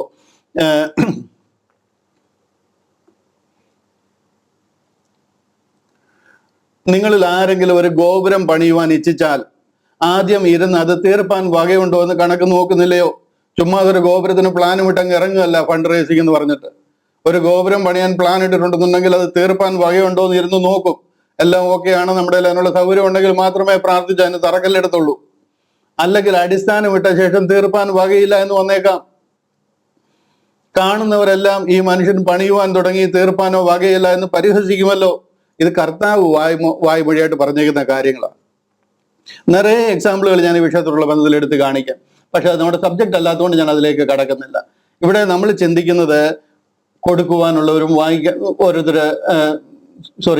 കൊടുക്കുന്നവർ എങ്ങനെ ചെയ്യണം, പ്രബോധനത്തിൽ ദാനം ചെയ്യുന്നവൻ ഏകാഗ്രതയോട് എന്നൊരു വിഷയം പറയുവാൻ വേണ്ടിയിട്ടാണ് ഞാൻ ഇതൊക്കെ കാണിക്കുന്നത്. അതായത് നമുക്ക് ദൈവം തന്നിരിക്കുന്ന കൃപയ്ക്കൊത്തോണം ഇതൊക്കെ ചെയ്യുവാൻ നമ്മൾ കടംപെട്ടിരിക്കുന്നവരാണ്. താപ്പോട്ട് വായിക്കാം. 8-ാം അധ്യായം 9-ാമത്തെ വാക്യം. സ്നേഹം നിർവ്യാജമായിരിക്കട്ടെ, തീയതിനെ വെറുത്ത് നല്ലതിനോട് പറ്റിക്കൊള്ളുവേൻ. സഹോദര പ്രീതിയിൽ തമ്മിൽ സ്ഥായി പൂണ്ട് ബഹുമാനിക്കുന്നതിൽ അന്യോന്യം മുന്നോട്ട് കൊള്ളുവേൻ. അങ്ങോട്ടും ഇങ്ങോട്ടും സഹോദരങ്ങൾ തമ്മിൽ ബഹുമാനിക്കുന്നതിൽ അന്യോന്യം മുന്നോട്ട് കൊള്ളുവേൻ. കഴിഞ്ഞ ആഴ്ചയിൽ ഞാൻ ഇതൊക്കെ പറഞ്ഞതാണ്. ഞാൻ അതുകൊണ്ടൊന്ന് വായിച്ചു വിടുന്നതേ ഉള്ളൂ. ഹാർഡ് ആൻഡ് ഫാസ്റ്റ് ആയിട്ട് ഓരോ റൂളുകളും ഇവിടെ ഇല്ല. നിങ്ങൾക്ക് വായിച്ചു കഴിഞ്ഞാൽ മനസ്സിലാകുന്ന കാര്യങ്ങളേ ഉള്ളൂ. 11-ാമത്തെ വാക്യം മുതൽ 21-ാമത്തെ വാക്യം വരെ ക്രിസ്ത്യൻ കണ്ടക്റ്റ് ആണ്. നമ്മൾ എങ്ങനെ പ്രവർത്തിക്കണം, സഭയിലും നമ്മുടെ സഹോദരങ്ങളോടുള്ള ബന്ധത്തിലൊക്കെ നമ്മൾ എങ്ങനെ ആയിരിക്കണമെന്ന് പറഞ്ഞിരിക്കുന്ന ഭാഗമാണ് ഈ 11 മുതൽ. ഉത്സാഹത്തിൽ മടുപ്പില്ലാതെ ആത്മാവിൽ എരിവുള്ളവരായി കർത്താവിനെ സേവിപ്പീൻ. ഈ ഒരു സംഗതി നമ്മൾ വിട്ടുകളയരുത്. നമുക്ക് ആത്മാവിലുള്ള എരിവ് കർത്താവിന്റെ വരവ് വരെ ഉണ്ടായിരിക്കണം. ചത്ത ഞണഞ്ഞെന്ന് പറഞ്ഞില്ല, നനഞ്ഞ പടകം മാതിരി ആയിരിക്കരുത്. നല്ല ആത്മാവിൽ എരിവുള്ളവരായിരിക്കണം. ആത്മാവിൽ ഉത്സാഹത്തിൽ മടുപ്പില്ലാത്തവരായിരിക്കണം. നമ്മുടെ ശരീരം ഒരു പ്രശ്നമുണ്ടെങ്കിൽ ഓടുവാൻ അത്ര അനുവദിച്ചെന്ന് വരത്തില്ല. എന്നിരുന്നാലും നമ്മുടെ അകത്തെ മനുഷ്യൻ ബലപ്പെട്ടിരിക്കുന്നത് കാരണം പുറത്തെ മനുഷ്യൻ അതിനോടൊപ്പം ബലപ്പെടുവാൻ ദൈവം കൃപ തരും. മടുപ്പില്ലാതെ ആത്മാവിൽ എരിവുള്ളവരായി കർത്താവിനെ സേവിക്കുന്നവരായിരിക്കണം. ആശയിൽ സന്തോഷിപ്പീൻ. കഴിഞ്ഞ ആഴ്ച എനിക്ക് തോന്നുന്നു ഇവിടം വരെയാന്ന് തോന്നുന്നു നമ്മൾ ചിന്തിച്ചത്. ആശയിൽ സന്തോഷിപ്പീൻ. ഇവിടെ ആശ എന്ന് പറയുന്നത് മലയാളത്തിലെ ആശയല്ല, ആക്ച്വലി അത് പ്രത്യാശ. റിജോയ്സിങ് ഇൻ ഹോപ്പ് എന്ന്. ഹോപ്പ് എന്ന് പറയുന്നത് ഡിസയർ എന്ന് പറയുന്നത് രണ്ട്. ഹോപ്പ് എന്ന് പറയുന്നത് പ്രത്യാശയാണ്, ആശയിലല്ല. ആശയിൽ സന്തോഷിപ്പിക്കുന്നല്ല, പ്രത്യാശയിൽ സന്തോഷിപ്പിക്കുന്ന. നമുക്കൊരു വലിയ പ്രത്യാശയുണ്ട്. നമ്മുടെ ആ പ്രത്യാശ എന്ന് പറയുന്നത് കർത്താവ് വാനമേഘങ്ങളിൽ വരുമെന്നുള്ളതാണ്. ആ വാനമേഘങ്ങളിലെ സംഭവമാണ് നമ്മൾ ചേർക്കപ്പെടുന്നതാണ് നമ്മുടെ പ്രത്യാശ, നമ്മുടെ എറ്റേണൽ ഹോപ്പ്. അനുദിനം അതിൽ നമ്മൾ സന്തോഷിക്കുന്നവരായിരിക്കണം. കർത്താവ് വാനമേഘങ്ങളിൽ വരെ. പിന്നെ നമ്മൾ യുഗായുഗം ദൈവത്തോടൊപ്പം യേശു ക്രിസ്തുവിന്റെ കൂട്ടവകാശികളായി സ്വർഗത്തിൽ സകല അധികാരത്തോടും സ്വർഗത്തിലെ സകല ആത്മീക അനുഗ്രഹങ്ങളാലും നമ്മൾ അനുഗ്രഹിക്കപ്പെട്ടിരിക്കുക. നമുക്ക് വരും കാലങ്ങളിൽ നമുക്ക് വേണ്ടി ദൈവം ഒരുക്കിയിരിക്കുന്ന നന്മകളെ കണ്ട് ദൈവത്തെ ഞാൻ എപ്പോഴും പറയാറുള്ള ആ നിത്യത മുഴുവനും സ്തുതിച്ചാലും മതിവരാത്ത രീതിയിൽ ദൈവം വലിയ അനുഗ്രഹങ്ങളിലേക്ക് നമ്മളെ ആക്കുവാനായിട്ടും ആ ഒരു വലിയ സ്വർഗീയ അനുഗ്രഹത്തിലേക്ക് നമ്മൾ കടക്കുവാനായിട്ട് പോവുകയാണ്. നമ്മൾ ഈ ലോകത്തിൽ ജീവിക്കാനുള്ളവരല്ല. ഇവിടെ നമ്മൾ 7-10 ഏറെ ആയാൽ 80 വർഷം ജീവിക്കും. അല്ലെന്നുണ്ടെങ്കിൽ കൂടിയാൽ മുക്കിമൂളിൽ 90 വരെ പോകുമായിരിക്കും. നമ്മൾ ഇവിടെ നിന്ന് പോകും. പിന്നെ നമ്മൾ ഈ മണ്ണിലോട്ട് തിരിച്ചു വരുന്നവരോ ഈ മണ്ണാങ്കട്ട നമ്മളെ വിട്ടു പോകും. നമ്മൾ മനുഷ്യരാണ്. നമുക്ക് ഒരു സ്വർഗീയ ഒരു വിൺ ശരീരം ദൈവം നമുക്ക് തരും. ആ വിൺ രൂപി അത് നമുക്ക് തരും. അതിൽ നമ്മൾ യുഗായുഗം നിത്യം വാഴും. ഇന്ന് മിഖായേലിനോട് അല്ലെങ്കിൽ ഗബ്രിയേലിനോട് അതുപോലുള്ള ദൂതന്മാരോട്, ശക്തിയേറിയ ദൂതന്മാരോട് ചോദിക്കുക, നിങ്ങൾക്ക് എന്താണ് നിങ്ങളുടെ ഏറ്റവും വലിയൊരു ആഗ്രഹം? നിങ്ങൾക്ക് എന്ത് തന്നു കഴിഞ്ഞാൽ ദൈവം ചോദിക്കുക മിഖായേലിനോട്, നീ ഏറ്റവും വലിയ ദൂതനാണല്ലോ, നിനക്ക് എന്താണ് ഞാൻ ചെയ്യേണ്ടത്, എന്ത് ആഗ്രഹമാണ് ഉള്ളതെന്ന് ചോദിച്ചു കഴിഞ്ഞാൽ മിഖായേൽ പറയും, എനിക്കൊരു മനുഷ്യനാകണമെന്ന് പറയും. ഗബ്രിയേലിനോട് ചോദിച്ചാൽ പറയും, ദൂതന്മാരുടെ തലവനാണെങ്കിലും പറയും എനിക്കൊരു മനുഷ്യനാകണം. കാര്യം നമുക്ക് ലഭിക്കാൻ പോകുന്ന അനുഗ്രഹം എന്താണെന്ന് അവർക്കറിയാം. അതുപോലെ അവരുടെ മേലത്തെ അധികാരത്തോടു കൂടി നമ്മൾ ഏറ്റവും ഭയങ്കര ദൈവത്തിന്റെ യേശു ക്രിസ്തുവിന്റെ കൂട്ടവകാശികളായി സ്വർഗത്തിൽ വാഴാൻ പോകുന്ന ഒരു വലിയ അവസ്ഥ. അത് ഏത് സമയമെന്ന് അറിയത്തില്ല. നമുക്ക് എല്ലാവർക്കും വലിയ പേടിയും വലിയ പരിഭവവും ഉണ്ട്. ഇപ്പം തന്നെ ഇറാനിലും ഇവിടെയൊക്കെ യുദ്ധം നടക്കുമോ, അർമാഡായും എബ്രഹാം ലിങ്കണും ഒക്കെ വന്ന് വെള്ളത്തിൽ കിടപ്പുണ്ട്, എന്ത് സംഭവിക്കും എന്നൊക്കെ നമുക്കൊരു പേടിയും ഭയവും ഒക്കെ ഉണ്ട്. എന്തായിരിക്കും സംഭവിക്കുന്നത് എന്നുള്ളത്. പക്ഷെ ഉണ്ടെങ്കിൽ നിങ്ങൾ മനസ്സിലാക്കേണ്ടുന്നത്, നമ്മളിപ്പോ ഞാൻ എങ്ങനെ അത് എക്സാമ്പിൾ പറഞ്ഞ് മനസ്സിലാക്കേണ്ടത്, നമുക്ക് നമ്മുടെ ചെറുപ്പം മുതലേ നമ്മൾ ഒരു ഫണ്ട് റേസിങ് നടത്തുകയായിരുന്നു. പല നിലകളിൽ കൂടി നമ്മൾ ആ ഫണ്ട് ഇട്ടുകൊണ്ടിരിക്കുക. പല അക്കൗണ്ടുകളുണ്ട്, അതിലെല്ലാം നമ്മൾ ഫണ്ട് ഇട്ടുകൊണ്ടിരിക്കുക. അതെല്ലാം കൂടെ മെച്യൂർ ആകുന്ന ഒരു ദിവസമുണ്ട്. ഒരു 25 വർഷം അല്ലെ 50 വർഷം കഴിഞ്ഞപ്പോഴാണ് അതെല്ലാം കൂടെ മെച്യൂർ ആകുന്നത്. അത് മെച്യൂർ ആകുമ്പോഴത്തേന് ഒരു 10 കോടി രൂപ ഉണ്ടായിരുന്നു എന്ന് വിചാരിക്കുക. നമ്മൾ ചെറുപ്പം മുതലേ ഇട്ട് വന്നിരുന്നതാ. ആ 10 കോടി രൂപ മെച്യൂർ ആകുന്ന ദിവസം അടുത്ത് വന്നിരിക്കുക എന്നുണ്ടെങ്കിൽ നമുക്ക് എന്തുമാത്രം സന്തോഷം ഉണ്ടാവും. ഞാൻ നിങ്ങൾക്കൊന്ന് മനസ്സിലാകാൻ വേണ്ടി ഒരു ചെറിയ ഉദാഹരണം പറഞ്ഞു. പല സമയങ്ങളായിട്ട് നമ്മൾ ചെറുപ്പം മുതലേ ചെയ്തു വന്നിരുന്ന പല ഫണ്ടുകളാണ്. ആ മെച്യൂർ ആകുന്ന ദിവസം നമുക്ക് എന്തൊരു സന്തോഷമായിരിക്കും. കൈ നിറച്ച് കാശ് ലഭിക്കാം, 10 കോടി രൂപ നമ്മുടെ കയ്യിൽ ലഭിക്കാൻ പോവാം. അങ്ങനെ ഒരു സന്തോഷം വരുമ്പോഴത്തേന് നമുക്ക് എന്തോ ഒരു ത്രില്ലായിരിക്കും. നമുക്ക് ഈ ലോകപരമായിട്ട് നോക്കിക്കഴിഞ്ഞാൽ എന്നതുപോലെ ഒരു സംഗതിയിലേക്കാണ് നമ്മൾ ഈ അടുക്കുന്നത്. നമ്മൾ ഈ പ്രാർത്ഥിക്കുകയും കർത്താവിന് വേണ്ടി പ്രവർത്തിക്കുകയും നമ്മൾ ആവലോട് പ്രാർത്ഥനയോട് കാത്തിരുന്ന ആ ദിവസം നമ്മുടെ കൺമുമ്പിൽ അടുക്കാൻ പോവുകയാണ്. നമുക്ക് പറഞ്ഞറിയിക്കാൻ പറ്റാത്ത ഒരു ഭയങ്കര ദൈവിക അനുഭവത്തിലേക്ക്, ഒരു പദവിയിലേക്ക് നമ്മൾ ഉയർത്തപ്പെടാൻ പോവുകയാണ്. നമ്മൾ ദൈവത്തെ കണ്ട് സന്തോഷിച്ച് ദൈവത്തിന്റെ കൂട്ടവകാശികൾ, ഒരു വാക്കിനാൽ ഇതിനെ മുഴുവൻ ഉളവാക്കിയ കർത്താവിന്റെ കൂട്ടവകാശമാണ് നമുക്ക് ലഭിക്കാൻ പോകുന്നത്. Joint hairs of Jesus Christ ആണ്. അധികാരം മാത്രമല്ല ഞാൻ ഉദ്ദേശിക്കുന്നത്, നമുക്ക് അതിന് മേലെ ഒന്ന് ചിന്തിക്കാനില്ല. നമുക്ക് എന്ത് യോഗ്യത ഇതിൽ നമ്മൾ ദൈവത്തെ സ്തുതിച്ചാൽ നമുക്ക് മതി വരത്തില്ല. അതുപോലത്തെ ഒരു അനുഭവത്തിലേക്കാണ് നമ്മൾ ചേർക്കപ്പെടാൻ പോകുന്നത്. അതുകൊണ്ട് ഇവിടെ എബ്രഹാം ലിങ്കൺ വന്നു കഴിഞ്ഞാലും റൊണാൾഡ് റേഗൻ വന്നു കഴിഞ്ഞാലും ഒന്നും നമുക്ക് ഒരു പേടിയുമില്ല. നമുക്ക് സന്തോഷമാണ്. നമ്മുടെ ഉള്ളം കൊതിക്കുകയാണ്. ഇവിടെ നിന്ന് മാറ്റപ്പെടുന്ന ഒരു ദിവസം അനധിവിദൂരമായിട്ട് നടക്കാൻ പോവുകയാണ്. അതുകൊണ്ടായി പറഞ്ഞ ആശയിൽ സന്തോഷിപ്പീൻ, പ്രത്യാശയിൽ സന്തോഷിപ്പീൻ. Rejoicing in hope, patient in tribulation, continuing instant in prayer. നമ്മൾ ഇതിലെല്ലാം സന്തോഷിക്കാനായിട്ട് പറയുന്നത് ഇതുകൊണ്ടാണ്. കഷ്ടതയിൽ സഹിഷ്ണുത കാണിപ്പീൻ, പ്രാർത്ഥനയിൽ ഉറ്റിരിപ്പീൻ, വിശുദ്ധന്മാരുടെ ആവശ്യങ്ങളിൽ കൂട്ടായ്മ കാണിക്കുകയും അതിഥി സൽക്കാരം ആചരിക്കുകയും ചെയ്യുവീൻ. ഇവിടെ പറയുന്നത് കഷ്ടത നമുക്കുണ്ടാകും. കഷ്ടത നമുക്കറിയാം. റോമാലേഖനം 5-ാം അധ്യായം പഠിച്ചപ്പോഴും നമ്മൾ ചിന്തിച്ചതാ. 3 മുതൽ 5 വരെയുള്ള വാക്യങ്ങൾ. കഷ്ടത ഉണ്ടാകുമ്പോൾ നമുക്കത് സഹിഷ്ണുത വർദ്ധിക്കുന്നതിനിടയായി തീരും. നമ്മൾ കഷ്ടത വന്നു എന്ന് പറഞ്ഞ് കഷ്ടത മാറിപ്പോകാനായിട്ട് ഇരുന്ന് പ്രാർത്ഥിക്കുകയല്ല ചെയ്യുന്നത്. കഷ്ടത ഉണ്ട്, അത് നമ്മളോടൊപ്പം ഉള്ളതാ. അതിൽ നമ്മൾ സഹിഷ്ണുത കാണിക്കുക. അത് നമ്മളുമായിട്ട് അതങ്ങ് ഇണങ്ങിച്ചേരണം. ആ കഷ്ടത അതിനെ മാറ്റിക്കളയത്തില്ല. ദൈവം പറയുന്നത് എൻ്റെ കൃപ നിനക്ക് മതി. എന്ത് പ്രശ്നമായാലും ആ പ്രശ്നം മാറിപ്പോകുന്നത് ഒരുപക്ഷെ ദൈവിക നിശ്ചയമായിരിക്കത്തില്ല. അതിൽ കൂടെ നമുക്ക് സഹിഷ്ണുത ഉണ്ടാകും. അതിനെ സഹിക്കാനായിട്ടുള്ള ആ ഒരു സഹിഷ്ണുത ഡെവലപ്പ് ആകും.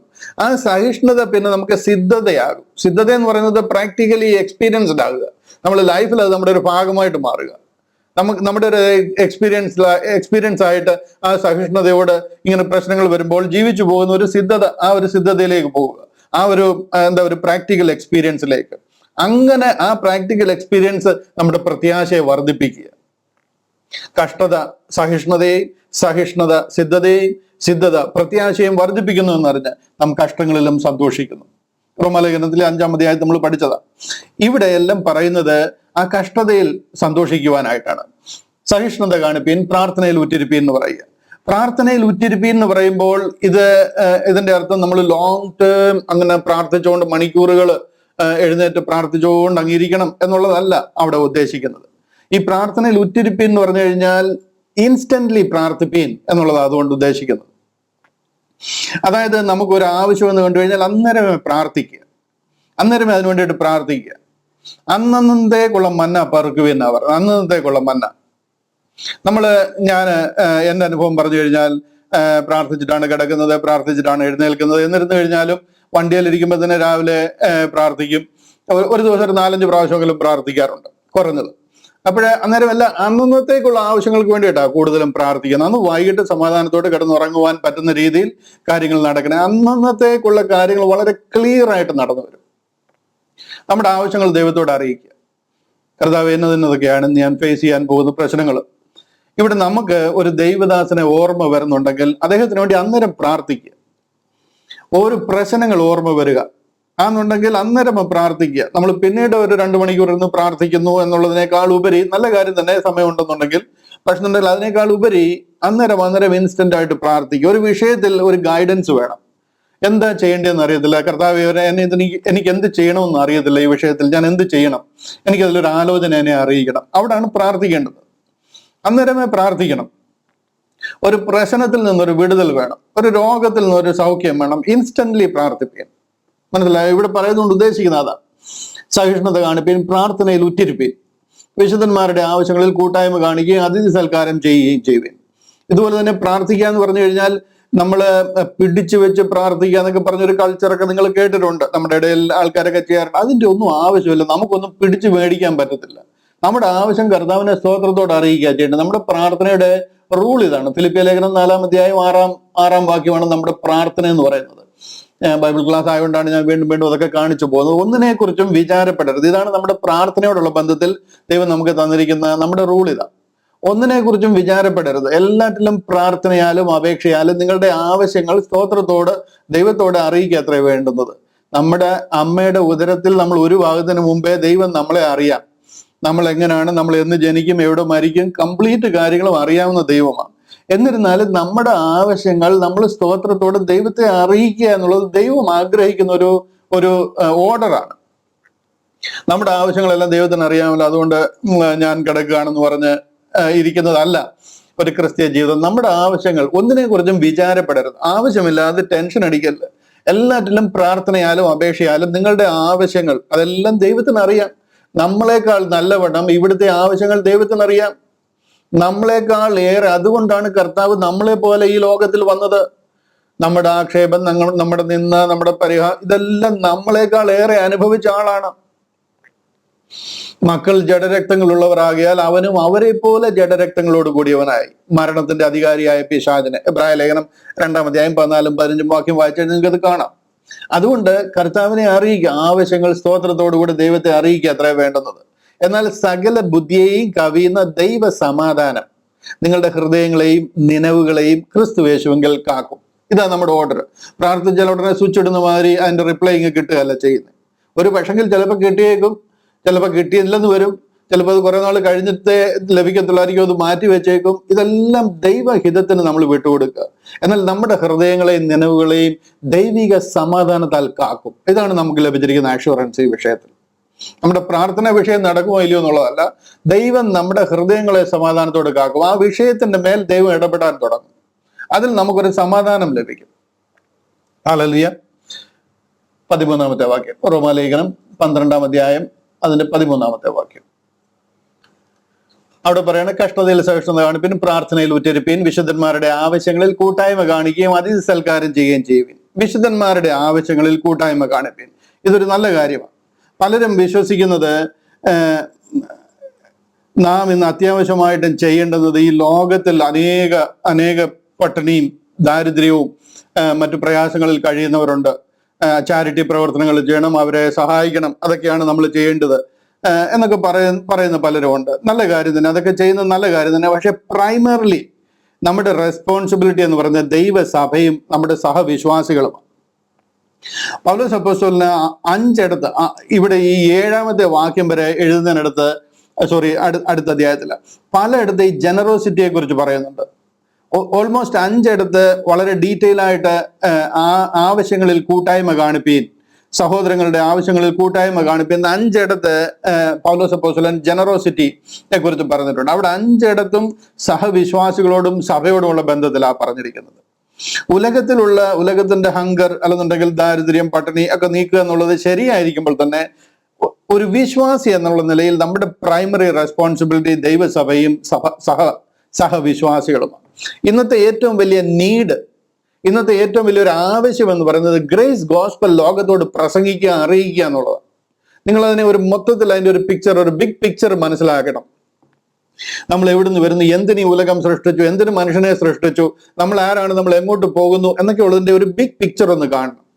ഇന്ന് ലോകത്തിന്റെ ഏറ്റവും വലിയ നീഡ് എന്ന് പറയുന്നത് ഗ്രേസ് ഗോസ്പൽ ലോകത്തെ അറിയിക്കുക എന്നുള്ളതാണ്. അതിന് ഉത്സാഹിക്കുവാൻ, അതിന് പ്രവർത്തിക്കുന്നവരെ സഹായിക്കുക, സപ്പോർട്ട് ചെയ്യുക എന്നുള്ളത്. മാരാമൺ കൺവെൻഷൻ വളരെ അനുഗ്രഹത്തോടെ നടക്കുന്ന ഒരു വലിയ മഹാമഹമ. 2016-ലും 2020-ലും 2024-ലും അവിടുത്തെ തീം, മാരാമൺ കൺവെൻഷന്റെ തീം എന്തുവായിരുന്നു എന്ന് ചോദിച്ചു കഴിഞ്ഞാൽ പരിസ്ഥിതി പാലനമാണ്, പരിസ്ഥിതി സംരക്ഷണം, environmental protection, environmental stewardship initiatives, nature conservation, ഇതൊക്കെയായിരുന്നു അവിടുത്തെ തീമുകൾ. എല്ലാം നല്ല കാര്യം തന്നെയാണ്. പക്ഷെങ്കിൽ ഇന്നത്തെ നമ്മുടെ പരമപ്രധാനമായ ഉദ്ദേശം എന്ന് പറയുന്നത് കർത്താവ് കാൽവറിയിൽ തകർക്കപ്പെട്ടു, അതിൽ വിശ്വസിക്കുന്ന ഏവനും രക്ഷ പ്രാപിക്കും എന്നുള്ളത്, സകല മനുഷ്യരെ അറിയിക്കുക എന്നുള്ളത്. അതിൻ്റെ അപ്പുറത്ത് വേറൊരു നീഡ് ഇന്നില്ല. ഏറ്റവും പരമപ്രധാനമായ നീഡ് അതാണ്. ബാക്കിയെല്ലാം ഒരു സെക്കൻഡ് കൊണ്ട് തീർന്നു പോകുന്നതാണ്. ഈ കാണുന്നതെല്ലാം അഴിഞ്ഞു പോകുന്നതാണ്. ജനത്തെ നിത്യതയ്ക്ക് വേണ്ടി ഒരുക്കുക എന്നുള്ളതാണ് ഒരു ക്രിസ്ത്യാനി എന്നുള്ള നിലയിൽ നമ്മുടെ പരമപ്രധാനമായ ദൗത്യം. അത് കർത്താവ് കാൽവറിയിലൂടെ നിവർത്തിച്ചിരിക്കുക. നമ്മൾ ഇതിന്റെ പുറത്തൊന്നും ചെയ്യാനില്ല. നമ്മളിത് പ്രസംഗിച്ച് ജനത്തെ മനസ്സിലാക്കി കൊടുത്താൽ മതി. വചനം നമ്മുടെ കയ്യിൽ എഴുതി തന്നിരിക്കുക, അത് ജനത്തിന് വെളിപ്പെടുത്തി കൊടുത്താൽ മതി. ഞാൻ മുന്നോട്ട് പോവുകയാണ്. 14-ാമത്തെ വാക്യം, നിങ്ങളെ ഉപദ്രവിക്കുന്നവരെ അനുഗ്രഹിപ്പീൻ, ശപിക്കാതെ അനുഗ്രഹിപ്പീൻ, സന്തോഷിക്കുന്നവരോടുകൂടെ സന്തോഷിക്കുകയും കരയുന്നവരോടുകൂടെ കരയുകയും ചെയ്യുവിൻ. പലർക്കും കരയുന്നവരുടെ കൂടെ കരയാൻ പറ്റും, പക്ഷെ സന്തോഷിക്കുന്നവരുടെ കൂടെ സന്തോഷിക്കാൻ ആത്മാർത്ഥമായിട്ട് പലർക്കും പറ്റത്തില്ല. കരച്ചില് ഹോസ്പിറ്റലിലാണെന്നുണ്ടെങ്കിൽ പോയി കാണും, ആരും മരിച്ചെന്നുണ്ടെങ്കിൽ അവിടെ ഉണ്ടാകും, എല്ലാ കാര്യങ്ങൾക്കും ഉണ്ടാകും. കരയുന്നവരോട് കരയാൻ വലിയ താല്പര്യം കാണിക്കുന്നവരുണ്ട്. എന്നാൽ സന്തോഷിക്കുന്നവരുടെ കൂടെ സന്തോഷിക്കാനും ഒരു മനസ്സൊരുക്കം നമുക്കുണ്ടായിരിക്കണം. അവര് ഭൗതികമായിട്ട് അനുഗ്രഹിക്കപ്പെട്ടു, കാറ് മേടിച്ചു, വീട് മേടിച്ചു, അല്ലെന്നുണ്ടെങ്കിൽ എല്ലാ കാര്യങ്ങളും ഭംഗിയായിട്ട് നടക്കുന്നു. അങ്ങനെ ഒരാള് സന്തോഷിക്കുകയാണെന്നുണ്ടെങ്കിൽ അവന്റെ വീട്ടിൽ പോയിട്ട് അവനോട് ചേർന്ന് സന്തോഷിക്കാനുള്ളൊരു മനസ്സ് നമുക്കുണ്ടായിരിക്കണം. സന്തോഷിക്കുന്നവരോടുകൂടെ സന്തോഷിക്കുകയും കരയുന്നവരോടുകൂടെ കരയുകയും ചെയ്യുകയും, തമ്മിൽ ഐക്യമത്വമുള്ളവരായി വലിപ്പം ഭാവിക്കാതെ എളിയവരോട് ചേർന്ന് കൊള്ളുകയും. ഇതെല്ലാം ഒരു സഹവിശ്വാസിയോടുള്ള ബന്ധത്തിൽ, നമ്മുടെ സഹോദരങ്ങളോടുള്ള ബന്ധത്തിലാണ്. നിങ്ങളെ തന്നെ ബുദ്ധിമാന്മാർ എന്ന് വിചാരിക്കരുത്. പലരും ഇങ്ങനെ വിചാരിക്കുന്നവരുണ്ട്. പല സഭകളിലും ഉണ്ട് ഇങ്ങനെയുള്ള ചിലർ. അവർ ബുദ്ധിമാന്മാരാണെന്ന് വിചാരിച്ച് അവരങ്ങ് ലീഡർഷിപ്പ് ഏറ്റെടുക്കും. ആർക്കും തിന്മയ്ക്ക് പകരം തിന്മ ചെയ്യാതെ സകല മനുഷ്യരുടെ മുമ്പിൽ യോഗ്യമായത് മുൻകരുതി കഴിയുമെങ്കിൽ നിങ്ങളാൽ ആവോളം സകല മനുഷ്യരോടും സമാധാനമായിരിക്കും. ഞാൻ കഴിഞ്ഞ പ്രാവശ്യവും ഈ വിഷയത്തെ ഒത്തിരി സ്ട്രെസ് ചെയ്ത് സംസാരിച്ചതാണ്. നമ്മൾ റൈറ്റ് ആണോ റോങ് ആണോ എന്നുള്ളതിനേക്കാൾ ഉപരി നമ്മൾ സമാധാനം ഉണ്ടാക്കുന്നവരായിരിക്കും. നിങ്ങൾ റൈറ്റ് ആണെങ്കിലും ആ വിഷയം നമ്മൾ ഡിസ്കസ് ചെയ്ത് കഴിഞ്ഞാൽ അത് സമാധാനം കെടുത്തുമെന്നുണ്ടെങ്കിൽ അതിന് വിട്ടുകൊടുക്കുക, സമാധാനമായിരിക്കും, അതിന് പ്രാധാന്യം കൊടുക്കുക. നിങ്ങൾ ഇതെല്ലാ തുറകളിലും നിങ്ങൾക്ക് ഇത് അപ്ലൈ ചെയ്യാനായിട്ട് പറ്റും. ഞാൻ കഴിഞ്ഞ പ്രാവശ്യം ഓർപ്പിച്ചതാ, ജപ്പാനില് പല സ്ഥലങ്ങളിലും ഇങ്ങനെ എഴുതി വെച്ചേക്കും നമുക്ക് കാണാം. ട്രെയിനിലൊക്കെ എഴുതി വരുന്നത് കാണാം. എന്താ പറയുന്നത്, be a peacemaker rather than being right. സമാധാനമുണ്ട്. പല കലഹങ്ങളുണ്ടാകാം, പല ഉന്തും തള്ളും ഉണ്ടാകാം, പല വിഷയങ്ങളുണ്ടാകാം. ഇവിടെയൊക്കെ നീയാണോ റൈറ്റ്, ഞാനാണോ റൈറ്റ് എന്നുള്ളതിനേക്കാൾ ഉപരി സമാധാനം ഉണ്ടാക്കുന്നവരായിരിക്കും എന്നാ പറയുന്നത്. ഈ ഒരു തത്വം നമ്മുടെ എല്ലാ ജീവിത പന്താവിലും നമുക്ക് ഉപയോഗിക്കാൻ പറ്റും. അതിവിടെ പൗലോസ് അപ്പോസ്തലൻ പറയുകയാണ്, കഴിയുമെങ്കിൽ നിങ്ങളാൽ ആവോളം സകല മനുഷ്യരോടും സമാധാനമായിരിക്കും. പ്രിയമുള്ളവരെ, നിങ്ങൾ തന്നെ പ്രതികാരം ചെയ്യാതെ ദൈവകോപത്തിന് ഇടം കൊടുപ്പീൻ. ദൈവം പ്രതികാരം ചെയ്തോളും. ദൈവം ഇതെല്ലാം കാണുന്നുണ്ട്. ന്യായാധിപനായിട്ട് ദൈവമുണ്ട്. പ്രതികാരം എനിക്കുള്ളത്, ഞാൻ പകരം ചെയ്യുമെന്ന് കർത്താവ് അരുളി ചെയ്യുന്നു. ഇത് ദൈവം പറഞ്ഞിരിക്കുന്നത്. ദൈവത്തിന് ഇടപെടാനായിട്ട് നിങ്ങൾ അവസരം കൊടുപ്പീനെന്ന് പറയുക. നിന്റെ ശത്രുവിന് വിശക്കുന്നുവെങ്കിൽ അവന് തിന്മാൻ കൊടുക്കാം, ദാഹിക്കുന്നുവെങ്കിൽ കുടിപ്പാൻ കൊടുക്കാം. അങ്ങനെ ചെയ്താൽ നീ അവന്റെ തലമേൽ തീക്കനൽ കുന്നിക്കും എന്ന് എഴുതിയിരിക്കുന്നുവല്ലോ. ഞാൻ കഴിഞ്ഞ ആഴ്ചയിൽ ഓർപ്പിച്ചതാ. ഈ തീക്കനൽ കുന്നിക്കും എന്ന് പറയുന്നത് എന്താണെന്ന് ചോദിച്ചു കഴിഞ്ഞാൽ അവന്റെ തലയിൽ ഇടുത്തി വിട്ടു എന്നുള്ളതല്ല അതിന്റെ അർത്ഥം. നമ്മൾ പലരും വിചാരിച്ചിരിക്കാം നമുക്ക് മിണ്ടാതിരിക്കാം, കർത്താവ് ചെയ്തോളും, നമ്മൾ ചെയ്താൽ ഇത്ര ചെയ്യത്തുള്ളൂ, കർത്താവാണെങ്കിൽ അവന്റെ തലയിൽ ഇടുത്തി വെട്ടും എന്നുള്ള രീതിയിലാണ് നമ്മൾ ഇതിനെ കാണുന്നത്. അങ്ങനല്ല. അവൻ ആ ചെയ്ത തെറ്റിനെ കുറിച്ചൊരു പാപബോധം ഉണ്ടായി കഴിയുമ്പോൾ പരസ്യമായിട്ട് ഒരു ക്ഷമാപണം എന്നുള്ള നിലയിൽ തലയിൽ ഒരു പാൻ മാതിരി തലയിൽ വെച്ചിട്ട് അതിലിങ്ങനെ തീക്കനലും പിന്നെ അതിന്റെ ചാരവും ഒക്കെ ഇട്ടിട്ട് ആ പുകയുന്ന തീയും തലയിൽ വെച്ചുകൊണ്ട് ഒരു ഊർവലം മാതിരി നടക്കുന്ന ഒരു രീതിയുണ്ട്. അത് ഈജിപ്തിലെ ഒരു രീതിയാണ്. അത് ചെയ്യുന്നത് അവന് തെറ്റ് മനസ്സിലായി, ഞാൻ അതിനോട് റിഗ്രറ്റ് ചെയ്യുന്നു എന്ന് കാണിക്കാനുള്ളതാണ്. ഇതിവിടെ മാത്രമല്ല, സഭാപ്രസംഗിയിൽ പറഞ്ഞിരിക്കുന്ന ഒരു റെഫറൻസ്. ഞാൻ ആ സഭാപ്രസംഗിലെ റെഫറൻസ് ഒന്ന് കാണിക്കാം. പ്രോവേർബ്സ് 25-ാമത്തെ അധ്യായം, സഭാപ്രസംഗി 25-ാമത്തെ അധ്യായം, അതിന്റെ 21, 22 വാക്യങ്ങൾ. അത് പൗലോസ് അപ്പോസ്തലൻ ഇവിടെ കോട്ട് ചെയ്തിരിക്കുക. കണ്ടോ, സഭാപ്രസംഗി 25, സദൃശ്യവാക്യങ്ങൾ 25-ന്റെ 21, 22. അവിടെ പറയുക, ശത്രുവിന് വിശക്കുന്നുവെങ്കിൽ അവന് തിന്മാൻ കൊടുക്കുക, ദാഹിക്കുന്നുവെങ്കിൽ കുടിപ്പാൻ കൊടുക്കുക. പഴയ നിയമത്തിലെ ഉപദേശമാണ്. അങ്ങനെ നീ അവന്റെ തലമേൽ തീക്കനൽ കുന്നിക്കും, യഹോവ നിനക്ക് പ്രതിഫലം നൽകുകയും ചെയ്യും. കണ്ടില്ലേ? ഈ സംഗതിയാണ് പൗലോസ് അപ്പോസ്തലൻ റോമാലേഖനത്തിൽ ഇവിടെ കോട്ട് ചെയ്തിരിക്കുന്നത്. അതിന്റെ അർത്ഥം ഇത്രയേ ഉള്ളൂ: നിങ്ങള് തിന്മയാൽ ജയിക്കാൻ നോക്കാതെ തിന്മയെ നന്മയാൽ ജയിക്കുക, തിന്മയോട് തോൽക്കാതെ തിന്മയെ നന്മയാൽ ജയിക്കുക, ശത്രുവിനെ നന്മയാൽ നേടുക. അതാണ് ഇതുകൊണ്ട് ഉദ്ദേശിക്കുന്നത്. ഒരുത്തിനോട് തിരിച്ച് പകരത്തിന് പകരം കണ്ടത്തടിക്ക് മുണ്ടത്തടി എടുക്കുക, ആ രീതിക്ക് പോകാതെ സമാധാനത്തോട് സംസാരിക്കുക, സമാധാനത്തോട് കാര്യം പറഞ്ഞ് മനസ്സിലാക്കാനായിട്ട് ശ്രമിക്കുക. അവന് മനസ്സിലാകുന്നില്ലെന്നുണ്ടെങ്കിൽ സമാധാനമായിട്ടിരിക്കുമ്പോൾ വീണ്ടും അപ്രോച്ച് ചെയ്യുക. നിന്റെ ശത്രുവിന് വിശക്കുന്നുവെങ്കിൽ അവന് തിന്മാൻ കൊടുക്കുക, ദാഹിക്കുന്നുവെങ്കിൽ കുടിപ്പാൻ കൊടുക്കുക. അങ്ങനെ ചെയ്താൽ നീ അവന്റെ തലമേൽ തീക്കനൽ കുന്നിക്കൂ എന്ന് പറഞ്ഞു കഴിഞ്ഞാൽ അവന് ബോധോദയം ഉണ്ടാകുന്ന, അവന്റെ തെറ്റിനെ കുറിച്ച് റിഗ്രറ്റ് ചെയ്യും. അങ്ങനെ അവൻ മറ്റുള്ളവർക്കും കാണുന്ന രീതിയിൽ അവന്റെ തെറ്റ് ഏറ്റു പറയുന്ന നിലയിലേക്ക് അവനെ കൊണ്ടുവരാനായിട്ട് കഴിയും എന്ന് എഴുതിയിരിക്കുന്നുവല്ലോ. എവിടെ എഴുതിയിരിക്കുന്നു? സദൃശവാക്യങ്ങൾ എഴുതിയിരിക്കുന്നത് നീ ഇവിടെ അപ്ലൈ ചെയ്യാനായിട്ട് പറയുക. തിന്മയോട് തോൽക്കാതെ നന്മയാൽ തിന്മയെ ജയിക്കുക. ഇത്രയും കാര്യങ്ങളാണ് 12-ാമത്തെ അധ്യായത്തിൽ കൂടെ നമ്മളോട് പറഞ്ഞിരിക്കുന്നത്. 12-ാമത്തെ അധ്യായം, നമ്മൾ അതിൽ നിന്ന് 13-ാമത്തെ അധ്യായത്തിലേക്ക് കയറുകയാണ്. ഞാൻ ഈ 12-ാമത്തെ അധ്യായം ഒക്കെ ഇങ്ങനെ വായിച്ചു വിടുന്നേ ഉള്ളൂ, അധികം ഡീറ്റെയിൽ ഒന്നും പറയുന്നില്ല. നിങ്ങൾക്ക് അത് മനസ്സിലാകുമെന്ന് ഞാൻ വിശ്വസിക്കുന്നു. നിങ്ങൾ എല്ലാവരും അങ്ങനെ ഉത്സാഹത്തോടെ ഇരിക്കുന്നത് കാണുമ്പോൾ ഞാൻ എല്ലാം ഓക്കെയാണ്, ക്ലിയർ ആണെന്ന് വിചാരിച്ചാണ് ഞാൻ അടുത്ത ചാപ്റ്ററിലോട്ട് കയറുന്നത്. പക്ഷെന്നുണ്ടെങ്കിൽ പുറകെ ആരെങ്കിലും വേറെ എന്തെങ്കിലും ഉപദേശമൊക്കെ ആയിട്ട് വരുമ്പോഴത്തേന് പിന്നെ നമ്മളെല്ലാം അതിലോട്ട് പോകുന്നതിന് ഇടയായി തീരരുത്. കഴിഞ്ഞ 2-3 ആഴ്ചയായിട്ട് ഞാൻ അതിൽ നിന്ന് പല കാര്യങ്ങളും എക്സ്പ്ലെയിൻ ചെയ്ത് നിങ്ങളെ പല കാര്യങ്ങളും കറക്റ്റ് ചെയ്യുവാനായിട്ട് ഇടയായി. റോമാലേഖനം 5, 6, 7, 8 പഠിച്ച കാര്യങ്ങൾക്ക് തുരങ്കം വെക്കുന്ന രീതിയിലുള്ള ഉപദേശങ്ങളാണ് വന്നത്. അപ്പൊ അത് വന്നു കഴിഞ്ഞപ്പോൾ ഒത്തിരി പേര് അതിലേക്ക് ചായുന്ന രീതിയിൽ അത് ശരിയാണല്ലോ എന്നുള്ള രീതിയിലൊക്കെ പോകുന്നത് കാണാനായിട്ടിടയായി. അങ്ങനെ ഉണ്ടാകരുത്. നിങ്ങൾക്കിത് വ്യക്തമായിട്ട് മനസ്സിലാകുന്നു എന്ന് ഉള്ള ധാരണയോടാണ് ഞാൻ അടുത്ത ചാപ്റ്ററിലേക്ക് പോകുന്നത്. എവിടെയെങ്കിലും സംശയം ഉണ്ടെങ്കിൽ ചോദിക്കണം. ഈ ഒരു ചെറിയ ഒരു ഇത് പറയാം. അതായത് ഈ ഡിഗ്രിക്ക് പഠിക്കുമ്പോൾ BSc സുവോളജി ഒക്കെ എടുത്തവർക്കറിയാം, BSc സുവോളജി പഠിച്ചവർക്കറിയാം. നമ്മൾ പ്രാക്ടിക്കൽ സെഷനിൽ വരുമ്പോഴത്തേന് സുവോളജി പ്രാക്ടിക്കൽ ലാബിലേക്ക് വരുമ്പോഴത്തേന് ജീവനുള്ള തവളെ ഒക്കെ കൊണ്ടുവരാറുണ്ട്. ജീവനുള്ള തവളെ കൊണ്ടുവന്നിട്ട് അതിനെ ഇങ്ങനെ ഓരോരുത്തർക്കും ഓരോ തവളെ കൊടുത്തേക്കാം. പച്ചത്തവള എല്ലാവരുടെയും മുന്നിൽ ഒരു തവളയുണ്ട്. ഒരു ഗ്രൂപ്പായിട്ടാണ്, 4 പേര് ചേരുന്ന ഒരു ഗ്രൂപ്പായിട്ടാണ് അതൊക്കെ ചെയ്യുന്നത്. അപ്പം ഓരോ തവള ഓരോ ഗ്രൂപ്പിനും കൊടുത്തിരിക്കുക. വലിയ തവള, പച്ചത്തവള ഇങ്ങനെ ഒരു ചെറിയ തടിയിൽ ഇങ്ങനെ കിടത്തി ചെറിയൊരു മുട്ട് സൂചി കൊണ്ട് അതിനെ ഒരിടത്ത് ഇങ്ങനെ അടിച്ചിട്ടുണ്ട്, അങ്ങനെ നിർത്തിയേക്കുക. എന്നിട്ട് ഓരോരോ എക്സ്പെരിമെന്റുകൾ, ഓരോരോ പഠനങ്ങൾ നടത്തുക. അപ്പൊ അതിനകത്തിൽ ഒരു ഗ്രൂപ്പ് ആ തവളയുടെ ഒരു കാല് ഇങ്ങനെ വെട്ടിക്കളഞ്ഞു. ഒരു കാല് വെട്ടിക്കളഞ്ഞിട്ട് തവളയുടെ ചെവിയിലോട്ട് പറഞ്ഞു ജമ്പ് എന്ന് പറഞ്ഞു. ജമ്പ് എന്ന് പറഞ്ഞപ്പോഴത്തേന് ഇതിന് ആ ശബ്ദം കേട്ട് കഴിഞ്ഞപ്പോഴത്തേന് ഒരു കാല് വെട്ടിയിരിക്കുകയാണ്, 3 കാലേ ഉള്ളൂ. അതെടുത്തൊരു ചാട്ടം ചാടി. പിന്നെയും അവർ ആ തവളെ പിടിച്ചിട്ട് കൊണ്ടുവന്ന് വീണ്ടും അതുപോലെ തന്നെ വെച്ചിട്ട് മറ്റേ കാലോട് വെട്ടി. മറ്റേ കാലും വെട്ടിക്കളഞ്ഞപ്പോൾ 2 കാലേ ഉള്ളൂ. എന്നിട്ട് ചെവിയില് പറഞ്ഞു ജമ്പ് എന്ന് പറഞ്ഞു. ജമ്പ് എന്ന് പറഞ്ഞപ്പോഴത്തേന് ആ തവള വീണ്ടും ചാടി. മുന്നിലത്തെ 2 കാലുണ്ട്, എങ്ങനെയും രക്ഷപ്പെടാനാണ് നോക്കുന്നത്. ആ 2 കാലം കൊണ്ട് ചാടി. അപ്പോൾ വീണ്ടും അതിനെ എടുത്തോണ്ട് വന്നിട്ട് 3-ാമത്തെ കാലും വെട്ടി. 3-ാമത്തെ കാലും വെട്ടിയിട്ട് ചെവി പറഞ്ഞു ജമ്പ് എന്ന് പറഞ്ഞു. അപ്പൊ തവളയ്ക്ക് ചാടാൻ പറ്റത്തില്ല. കാര്യം ഒരു കയ്യ മാത്രം ഇങ്ങനെ നിൽക്കുകയാണ്, മുന്നോട്ട് ചാടാൻ അതിന് പറ്റത്തില്ല. അന്നേരം അവർ നോട്ട് ബുക്കിൽ എഴുതി തവളയ്ക്ക് 3 കാലും വെട്ടിക്കഴിഞ്ഞാൽ പിന്നെ ചെവി കേൾക്കത്തില്ലെന്ന്. ഇതാണ് അതിന്റെ ഫൈൻഡിങ്സ്. 3 കാലും വെട്ടിക്കഴിഞ്ഞാൽ പിന്നെ തവളയ്ക്ക് ചെവി കേൾക്കത്തില്ല എന്നുള്ളതാണ് അവരതിനകത്തിൽ നിന്ന് മനസ്സിലാക്കിയത്. എന്ന് പറഞ്ഞതുപോലെ നമ്മൾ ഈ പഠിപ്പിച്ച് വരുന്ന കാര്യങ്ങളൊക്കെ നിങ്ങൾക്ക് വ്യക്തമായിട്ട് മനസ്സിലാകുന്നു എന്ന് വിചാരിച്ചിട്ടാണ് ഞാൻ അടുത്ത ചാപ്റ്ററിലേക്ക് പോകുന്നത്. മനസ്സിലായില്ല എന്നുണ്ടെങ്കിൽ ചോദിക്കണം, നമ്മൾ അവിടെ നിന്ന് വീണ്ടും അതിനെ എക്സ്പ്ലെയിൻ ചെയ്യാനായിട്ട് കഴിയും. 13-ാമത്തെ അധ്യായത്തിലേക്ക് കടക്കുകയാണ്. 13-ാമത്തെ അധ്യായം, അതിന്റെ 1-2 വാക്യങ്ങൾ വായിച്ചിട്ട് നമുക്ക് മുന്നോട്ട് നീക്കാം. 13-ാമത്തെ അധ്യായം 1-ാമത്തെ വാക്യം ഇങ്ങനെയാണ് പറയുന്നത്. 13-ാമത്തെ റോമാലേഖനം 13-ാമത്തെ അധ്യായം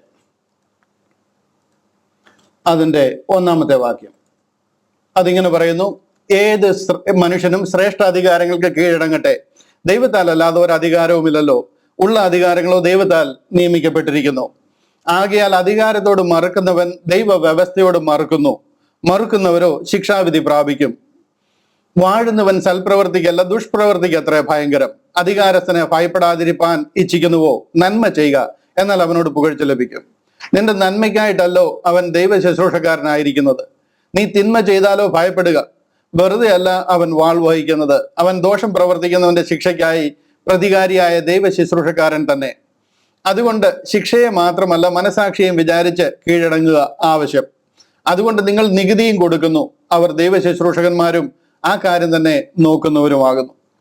ഞാൻ ഇതിന്റെ 1-ാമത്തെ വാക്യത്തിലേക്ക് വരിക. ഈ 13-ാം അധ്യായം എന്ന് പറയുന്നത് ക്രിസ്ത്യാനിയും ഭരണ സംവിധാനവും എന്ന് പറയുന്ന ഒരു വിഷയമാണ് ഇവിടെ ഡിസ്കസ് ചെയ്യുന്നത്. വളരെ ഇൻട്രസ്റ്റിംഗ് ആയിട്ടുള്ളൊരു ചാപ്റ്റർ. 14 വാക്യമേ ഉള്ളൂ. നമുക്കത് ഇന്ന് ചിന്തിച്ച് തീരുവാനായിട്ട് കഴിയും എന്ന് ഞാൻ പ്രതീക്ഷിക്കുന്നു. കഴിഞ്ഞില്ല എന്നുണ്ടെങ്കിൽ അടുത്ത ആഴ്ചയിൽ വീണ്ടും അതിനെ പെട്ടെന്നൊന്ന് റീക്യാപ്പ് ചെയ്ത് നമുക്കത് ക്ലിയർ ചെയ്ത് പോകാം. ഇവിടുത്തെ മെയിൻ പർപ്പസ് എന്ന് പറയുന്നത് respect and obey governing authorities as part of God's order. ദൈവത്തിന്റെ കൽപ്പന എന്നോണം നമ്മുടെ മേൽ ആക്കിയിരിക്കുന്ന ഭരണാധികാരികളെ, ഗവൺമെന്റ് ഭരണാധികാരികളെ അവരെ അനുസരിക്കുകയും അവരെ ബഹുമാനിക്കുകയും ചെയ്യുവാനായിട്ട് പൗലോസ് അപ്പോസ്തലൻ ദൈവത്താൽ നമുക്ക് കൽപ്പന തന്നിരിക്കുക. Fulfil civic responsibilities like taxes and honour. നമ്മൾ എന്താ പറയുന്നത്, ഒരു പൗരൻ എൻ്റെ ഉത്തരവാദിത്തം, ഒരു പൗര ഉത്തരവാദിത്തം എന്നുള്ള നിലയിൽ നമുക്ക് കടപ്പെട്ടിരിക്കുന്ന ടാക്സുകൾ, കരം, അതുപോലെ തന്നെ ബഹുമാനം ഒക്കെ അവർക്ക് കൊടുക്കാനുള്ളത് കൊടുത്തു തീർപ്പീൻ, കൊടുക്കുകയും എന്നതിൽ കൂടെ നമ്മളെ അറിയിക്കുക. Walk in righteousness embedding Christ in daily life. Like നമ്മുടെ എല്ലാ ദൈനംദിന ജീവിതത്തിൽ നീതിയോട് ക്രിസ്തുവിന്റെ സ്നേഹം പ്രദർശിപ്പിക്കുന്ന രീതിയിൽ, ക്രിസ്തുവിനെ ഉൾക്കൊള്ളുന്ന രീതിയിൽ ഒരു എന്താ പറയുന്ന ഒരു നീതിയോടുള്ള ഒരു ജീവിതം നയിപ്പീൻ എന്ന് പറയുന്ന ഒരു അധ്യായമാണ് ഈ 13-ാമത്തെ അധ്യായം. സ്നേഹത്തെക്കുറിച്ചും വളരെ വിവരിച്ചിട്ടുള്ള ഒരു അധ്യായമാണ്. ക്രിസ്ത്യാനിയും ഭരണ സംവിധാനവും, ക്രിസ്ത്യാനിറ്റി ആൻഡ് ഹ്യൂമൻ ഗവൺമെന്റ്, അതാണ് ഇവിടുത്തെ വിഷയം. നമ്മൾ പലപ്പോഴും വിചാരിക്കാറുണ്ട് ദൈവം ഭൂമിയെ സൃഷ്ടിച്ചു, ആദാം പാപം ചെയ്തു, ജനം പാപികളായി തീർന്നു, അതോടുകൂടി ദൈവം നമ്മളെയൊക്കെ കൈവിട്ടു, പിന്നെ ഇങ്ങനെ കാര്യങ്ങളൊക്കെ പൊയ്ക്കൊണ്ടിരിക്കുന്നു, ഏതെങ്കിലും ഒരു കാലത്ത് ഇത് അവസാനിക്കും, അന്ന് നമുക്ക് ഒരു ദൈവിക എന്താ പറയുന്നത് ഒരു ന്യായ വിസ്താരം ഉണ്ടാകും, അന്ന് നമ്മൾ ചെയ്തതിനനുസരിച്ച് നമുക്ക് പകരം കിട്ടും. ദൈവം എന്തോ കൈവിട്ട് കളഞ്ഞു. ദൈവം ഇത് വലിയ പ്ലാനോട് കൂടിയൊക്കെയാണ് സൃഷ്ടിച്ചത്. പക്ഷെ എന്നുണ്ടെങ്കിൽ ഇതെല്ലാം ദൈവിക തീരുമാനത്തിന് വെളിയിൽ പോയത് കാരണം ദൈവം ഇതിനെ കൈവിട്ട് കളഞ്ഞു എന്നൊക്കെയാണ് നമ്മൾ മനസ്സിൽ ചിന്തിച്ചിരിക്കുന്നത്. എന്നാൽ അങ്ങനല്ല. നിങ്ങളൊരു കാര്യം മനസ്സിലാക്കണം, ഇവിടുത്തെ ഓരോ സെക്കൻഡുകളും, ഇവിടെ നടക്കുന്ന ഓരോ കാര്യങ്ങളും, ഇവിടെ നടക്കേണ്ടുന്നതും ഇവിടെ അധികാരത്തിലിരിക്കുന്നതുമായിട്ടുള്ള ഓരോ ഭരണാധികാരികളും ഭരണക്രമങ്ങളും A to Z കാര്യങ്ങള് സ്വർഗത്തിന്റെ കൺട്രോളിലും സ്വർഗത്തിന്റെ നിയന്ത്രണത്തിലുമാണ്. നമ്മൾ വിചാരിക്കുന്ന മാതിരി, നമ്മൾ ചിന്തിക്കുന്ന മാതിരി ദൈവം വിട്ടുകളഞ്ഞിരിക്കുക അല്ല ഇത്. ഈ ലോകത്തിലെ സകല അധികാരവും ദൈവത്താൽ നിയമിക്കപ്പെട്ടിരിക്കുക. അതുകൊണ്ട് തന്നെ ഏത് മനുഷ്യനും ശ്രേഷ്ഠ അധികാരങ്ങൾക്ക് കീഴടങ്ങിയിരിക്കട്ടെ. കണ്ടോ, 13-ാമത്തെ അധ്യായത്തിന്റെ 1-ാം വാക്യം തുടങ്ങുന്നുണ്ടോ? ഏതു മനുഷ്യനും, എല്ലാവരും ശ്രേഷ്ഠ അധികാരങ്ങൾക്ക് കീഴടങ്ങട്ടെ. ദൈവത്താൽ അല്ലാതെ ഒരു അധികാരവും ഇല്ലല്ലോ. ഉള്ള അധികാരങ്ങളോ ദൈവത്താൽ നിയമിക്കപ്പെട്ടിരിക്കുന്നു. ഇവിടെ നിങ്ങൾ കാണുന്ന എല്ലാ ഗവൺമെന്റും, എല്ലാ അധികാരങ്ങളും, ഫോർ എക്സാമ്പിൾ മോദിജി ആകട്ടെ, ട്രംപ് ആകട്ടെ, ഷീ ജിൻപിങ് ആകട്ടെ, പുടിൻ ആകട്ടെ, എല്ലാവരും നമുക്ക് ഒരു പക്ഷെങ്കിൽ നോക്കാം, ഇവരൊക്കെ വളരെ ധാർഷ്ട്യക്കാരും മെരുങ്ങാത്തവരും അധാർമികരും എന്തെങ്കിലും രീതിയിൽ അഹങ്കാരികളും ഒക്കെ ആയിരിക്കും എന്നൊക്കെ നമ്മൾ ചിന്തിക്കുന്ന പലരുമുണ്ട്. പക്ഷെ ഈ കാര്യങ്ങൾ മുഴുവനും ദൈവത്താൽ നിയോഗിതമാണ്, ദൈവത്താൽ നിയന്ത്രിതമാണ്. ശ്രേഷ്ഠ അധികാരങ്ങൾക്ക് കീഴടങ്ങട്ടെ. ദൈവത്താൽ അല്ലാതെ ഒരു അധികാരവുമില്ല. ഇവരെല്ലാം അധികാരത്തിൽ വെച്ചിരിക്കുന്നത് നമ്മൾ ഓർക്കും ദൈവമാണോ ഇവരെയൊക്കെ അധികാരപ്പെടുത്തിയിരിക്കുന്നത്, അതോ ദൈവത്തിന് എന്തെങ്കിലും അബദ്ധം പറ്റിയതാണോ? ദൈവത്തിന് ഒരു അബദ്ധവും പറ്റത്തില്ല. ഇവരെ എല്ലാം അതാത് സ്ഥലങ്ങളിൽ ഈ അധികാരത്തിൽ ഇരുത്തിയിരിക്കുന്നത് ദൈവമാണ്. ഇതെല്ലാം താൽക്കാലികമായിട്ടുള്ള ദൈവിക പദ്ധതിയുടെ ഭാഗമാണ്. എല്ലാ ഉള്ള അധികാരങ്ങളോ ദൈവത്താൽ നിയോഗിക്കപ്പെട്ടിരിക്കുക. ഇവിടുത്തെ സകല അധികാരങ്ങളും നിയന്ത്രിക്കപ്പെടുന്നത് ദൈവത്താലാണ്. 12-ാമത്തെ അടുത്ത വാക്യം കണ്ട് അവിടെ പറയാണ്, ആകയാൽ അധികാരത്തോട് മറുക്കുന്നവൻ ദൈവ വ്യവസ്ഥയോട് മറുക്കുന്നു. ഏതെങ്കിലും കാരണവശാൽ നിങ്ങൾ ഇവിടുത്തെ അധികാരത്തോട് നിങ്ങൾ മറുക്കുന്നു, നിങ്ങൾ അതിന് അനുസരിക്കുന്നില്ല എന്നുണ്ടെങ്കിൽ നിങ്ങൾ ദൈവത്തോട് മറുക്കുന്നതിന് തുല്യമാണ്. മറുക്കുന്നവരോ ശിക്ഷാവിധി പ്രാപിക്കും. ഇതൊന്നും ചുമ്മാത് പറയല്ല, വളരെ വെയിറ്റേജ് ഉള്ള കാര്യങ്ങളായി പറയുന്നത്. ഒരു ക്രിസ്ത്യാനി എന്തിനെയൊക്കെ അനുസരിക്കണം, എങ്ങനെ പോകണം എന്ന് പറയുക. ചില റെഫറൻസുകൾ ഞാനൊന്ന് കാണിച്ചു കഴിഞ്ഞാൽ നിങ്ങൾക്ക് അത് പെട്ടെന്ന് മനസ്സിലാകും. നിങ്ങളൊന്ന് മനസ്സിലാക്കി തന്നിട്ട് മുന്നോട്ട് പോകാം. ദാനിയേൽ പ്രവചനം 4-ാം അധ്യായം 17-ാം വാക്യം കാണിക്കാം. ദാനിയേൽ പ്രവചനം 4-ാം അധ്യായം 17-ാം വാക്യം. എൽദോ ബ്രദർ ഇതിനെക്കുറിച്ചൊരു നല്ല ക്ലാസ് ചെയ്തിട്ടുണ്ട്. അത് നിങ്ങൾ കേട്ട് കഴിഞ്ഞാൽ ഇതിനെക്കുറിച്ച് ഒത്തിരി ഡീറ്റെയിൽ ലഭിക്കുവാനായിട്ട് കഴിയും. ഞാൻ ഒരിക്കൽ കേട്ടതാണ് എൽദോ ബ്രദറിന്റെ ഒരു ക്ലാസ്. വളരെ ഡീറ്റെയിൽ ആയിട്ട് ഈ വിഷയത്തിൽ പറഞ്ഞിട്ടുണ്ട്. നിങ്ങൾക്ക് അറിയാവുന്ന വിഷയമാണ്. എന്നിരുന്നാലും ഞാൻ അതിനെ ഒരല്പം കൂടെ അതിന്റെ ചില തലങ്ങളോട് നിങ്ങളെ ഒന്ന് കാണിക്കാം. ദാനിയേൽ പ്രവചനം 4-ാം അധ്യായം 17-ാം വാക്യത്തിൽ പറയാം, അത്യുന്നതനായവൻ മനുഷ്യരുടെ രാജ്യത്തിന്മേൽ വാഴുകയും അതിനെ തനിക്ക് ബോധിച്ചവന് കൊടുക്കുകയും. കണ്ടോ, ദൈവം അതിന് തനിക്ക് ബോധിച്ചവനെ കൊടുക്കും. ഇതൊന്നും ആക്സിഡന്റലി നടക്കുന്നതല്ല. മനുഷ്യരിൽ അധമനായവനെ അതിന്മേൽ വാഴുകയും ചെയ്യുന്നു എന്ന് ജീവനോടിരിക്കുന്നവർ അറിയേണ്ടതിന് ഈ വിധി ദൂതന്മാരുടെ നിർണയവും കാര്യം വിശുദ്ധന്മാരുടെ കൽപ്പനയുമാകുന്നു. ഇതെല്ലാം ദൈവം ചെയ്യുന്നതാണെന്ന് മനസ്സിലാക്കാൻ വേണ്ടിയിട്ട് പറഞ്ഞിരിക്കുന്ന കാര്യങ്ങളാണ്. 2-ാമത്തെ അധ്യായം അതിന് 37-ാമത്തെ വാക്യം കാണിക്കാം. 2-ാമത്തെ അധ്യായം അതിന്റെ 37-ാമത്തെ വാക്യം. അവിടെ പറയുകയാണ്, രാജാവെ തിരുമനസ്സുകൊണ്ട് രാജാതി രാജാവാകുന്നു. സ്വർഗസ്ഥനായ ദൈവം തിരുമനസ്സിലേക്ക് രാജ്യത്വവും ഐശ്വര്യവും ശക്തിയും മഹത്വവും നൽകിയിരിക്കുന്നു. ആരാ നൽകിയിരിക്കുന്നത്? നെബൂഖദ്നേസർ രാജാവിന്റെ കാര്യമായി പറയുന്നത്. ഇറാഖിലെ ബാബിലോണിലെ ചക്രവർത്തി ആയിരിക്കുന്ന നെബൂഖദ്നേസർ രാജാവിന് സ്വർഗസ്ഥനായ ദൈവം, അദ്ദേഹം ഒരു ജാതീയനാണ്, അദ്ദേഹം ഭയങ്കര അഹങ്കാരിയും അദ്ദേഹം അതുപോലെ ധാർഷ്ട്യവും എന്താ പറയുന്നത്, യെരൂശലേം ദേവാലയം മുഴുവൻ തകർക്കുകയും അവിടുത്തെ കാര്യങ്ങൾ മുഴുവനും കൊള്ളയടിക്കുകയും ചെയ്തിട്ടുള്ള ആളാണ്. തിരുമനസ്സിലേക്ക് രാജ്യത്വവും ഐശ്വര്യവും ശക്തിയും മഹത്വവും നൽകിയിരിക്കുന്നത് ദൈവമാണ്, സ്വർഗസ്ഥനായ ദൈവമാണ്. നമ്മൾ ഇന്ന് വിചാരിക്കും നമ്മളെ ഭരിക്കുന്ന പലരെ കുറിച്ച് നമുക്ക് ഇതുപോലുള്ള അഭിപ്രായങ്ങൾ കണ്ടേക്കാം. പക്ഷെ നിന്റെ ഒരു ക്രിസ്ത്യാനി എന്നുള്ള നിലയിൽ നിങ്ങൾ മനസ്സിലാക്കണം, ഈ അധികാരങ്ങളെ മുഴുവനും ദൈവമാണ് ആക്കി വെച്ചിരിക്കുന്നത്. ദൈവം ഒരു ദൈവിക പർപ്പസിന് വേണ്ടി ആക്കി വെച്ചിരിക്കുന്നതാണ്. അതെല്ലാം ഒരു ചെറിയ ഷോർട്ട് ഡ്യൂറേഷനിൽ ചെയ്തിരിക്കുന്നതാണ്. അതെല്ലാം നശിച്ചു പോകുന്നതാണ്. അതെല്ലാം ദൈവത്താൽ നിയോഗിതമായിരിക്കുന്ന കാരണം ദൈവം അതിനെല്ലാം നശിപ്പിച്ചു കളയും. പിന്നെ ദൈവം മാത്രം ശേഷിക്കും. ദൈവിക അധികാരത്തിൽ കീഴിൽ നമ്മൾ ഡയറക്റ്റ് വരുവാനിടയായിത്തീരും. 4-ാം അധ്യായം ദാനിയേൽ പ്രവചനത്തിന് 4-ാം അധ്യായം 32-ാം വാക്യം. 4-ാം അധ്യായം 32-ാം വാക്യം. അവിടെ പറയുന്നുണ്ടോ, നിന്നെ മനുഷ്യരുടെ ഇടയിൽ നിന്ന് നീക്കിക്കളയും. ആര് നീക്കിക്കളയും? ദൈവം നീക്കിക്കളയും. ആരോടെ പറയുന്നത്? നെബൂഖദ്നേസർ രാജാവിനോട് പറയാം. അന്നത്തെ ലോകം കണ്ടതിലെ ഏറ്റവും വലിയ രാജാവ്, 1-ാമത്തെ സാമ്രാജ്യമാണ് ഈ ബാബിലോണിയ സാമ്രാജ്യം എന്ന് പറയുന്നത്. അതിന്റെ ചക്രവർത്തിയോടായി പറയുന്നത്, മനുഷ്യരുടെ ഇടയിൽ നിന്ന് നീക്കിക്കളയും. നിന്റെ പാർപ്പ് കാട്ടിലെ മൃഗങ്ങളോടുകൂടെ ആയിരിക്കും. നിന്നെ കാളയെ പോലെ പുല്ല് തീറ്റും. അത്യുന്നതനായവൻ മനുഷ്യരുടെ രാജ്യത്വത്തിന്മേൽ വാഴുകയും അതിനെ തനിക്ക് ബോധിച്ചവന് കൊടുക്കുകയും ചെയ്യുന്നു എന്ന് നീ അറിയുന്നത് വരെ നിനക്ക് 7 കാലം കഴിയും. മനസ്സിലാകുന്നുണ്ടോ? അത്യുന്നതനായ ദൈവം മനുഷ്യരുടെ രാജ്യത്വത്തിന്റെ മേൽ വാഴുക, അതിനെ തനിക്ക് ബോധിച്ചവന് കൊടുക്കുക. ട്രംപ് അവിടെ കയറിയിരിക്കുന്നത് ആപത്തവശാൽ പറ്റിയിരിക്കുന്നു, അതെല്ലാം ദൈവത്തിന്റെ ഒരു ഹിതപ്രകാരം ചെയ്തിരിക്കുന്നതാണ്. മോദിജി ഇന്ത്യ വാഴുന്നത് ദൈവത്തിന്റെ ഹിതപ്രകാരം നടക്കുന്ന കാര്യമാണ്. പുടിനോ സി ജിൻപിങ്ങോ ഒക്കെ ആയിരിക്കുന്നത് ദൈവം നിയോഗിച്ചിരിക്കുന്ന നേതാക്കന്മാരാണ്. 10-ാം അധ്യായം നമ്മളെ ഗവൺമെന്റിന് കീഴടങ്ങിയിരിക്കണം എന്നുള്ളൊരു വിഷയം മനസ്സിലാക്കാൻ വേണ്ടിയിട്ടാണ് ഞാൻ ഈ റെഫറൻസുകളൊക്കെ ഒന്ന് കാണിക്കുന്നത്. ഇവിടെ 10-ാം അധ്യായം അതിന്റെ 20-21 വാക്യങ്ങളത് കാണിക്കാം. 10-ന്റെ 20-ഉം 21. അവിടെ അതിനവൻ എന്നോട് പറഞ്ഞത്, ഞാൻ നിന്റെ അടുക്കൽ വന്നിരിക്കുന്നത് എന്തിനെന്ന് നീ അറിയുന്നുവോ? ഞാൻ ഇപ്പോൾ പാർസി പ്രഭുവിനോട് യുദ്ധം ചെയ്യാൻ മടങ്ങിപ്പോകും. ഞാൻ പുറപ്പെട്ട ശേഷമോ യവന പ്രഭു വരും. ഇതാരാന്നറിയാമോ? മിഖായേൽ ദാനിയേലിന്റെ അടുക്കൽ വന്നിരിക്കുക. മിഖായേൽ ദാനിയേലിന്റെ അടുക്കൽ വന്നിട്ട് ഗബ്രിയേൽ ദൂതൻ, അതായത് ദൂതന്മാരിൽ പ്രധാനിയാണ്. ആ ഗബ്രിയേൽ ദൂതൻ വന്നിട്ട് ദാനിയേലിനോട് പറയുക, ഞാൻ ഇപ്പോൾ പാർസി പ്രഭു, അതുകൊണ്ട് ഓരോരോ ദേശത്തിന് ഓരോ പ്രഭുക്കന്മാരെ ആക്കിയിരിക്കുക. ഈ പ്രഭു എന്നിവിടെ പറയുന്നത് സാത്താന്റെ നേതാവിനെയാണ്. അവരുടെ ആ ബറ്റാലിയന്റെ ലീഡേഴ്സ് ഉണ്ട്. ആ ലീഡേഴ്സിനെയാണ് ആ പ്രഭു എന്നവിടെ പറയുന്നത്. ഇങ്ങനെ കുറെ പ്രഭുക്കന്മാരുണ്ട്. അതിലെ പാർസിയ രാജ്യത്തിന്റെ പ്രഭുവ, പേർഷ്യ, ഇറാന്റെ പ്രഭുവ. യുദ്ധം ചെയ്യുവാൻ മടങ്ങിപ്പോകും. ഞാൻ അവനോട് മടങ്ങിപ്പോകും. ഞാൻ പോയി കഴിയുമ്പോൾ യവന പ്രഭു വരും. യവന ദേശം, അതായത് ഗ്രീക്കിന്റെ പ്രഭു വരും. അവനോടും യുദ്ധം ചെയ്യണം. ഈ ഓരോ ദേശത്തിനും ഓരോ പ്രഭുക്കന്മാരെ ആക്കി വെച്ചിരിക്കുന്ന ദൈവമാണ്.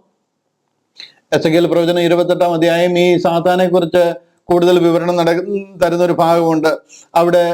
അവിടെ പറയുന്നുണ്ട്, സോർ രാജ്യത്തിന്റെ പ്രഭു യഹോവ ഇപ്രകാരം അരുളിച്ചെയ്യുന്നു, സീയോനെ നിനക്ക് വിരോധമായിരിക്കുന്നു. എസെക്കിയേൽ പ്രവചനം 28-ാം അധ്യായം അതിന്റെ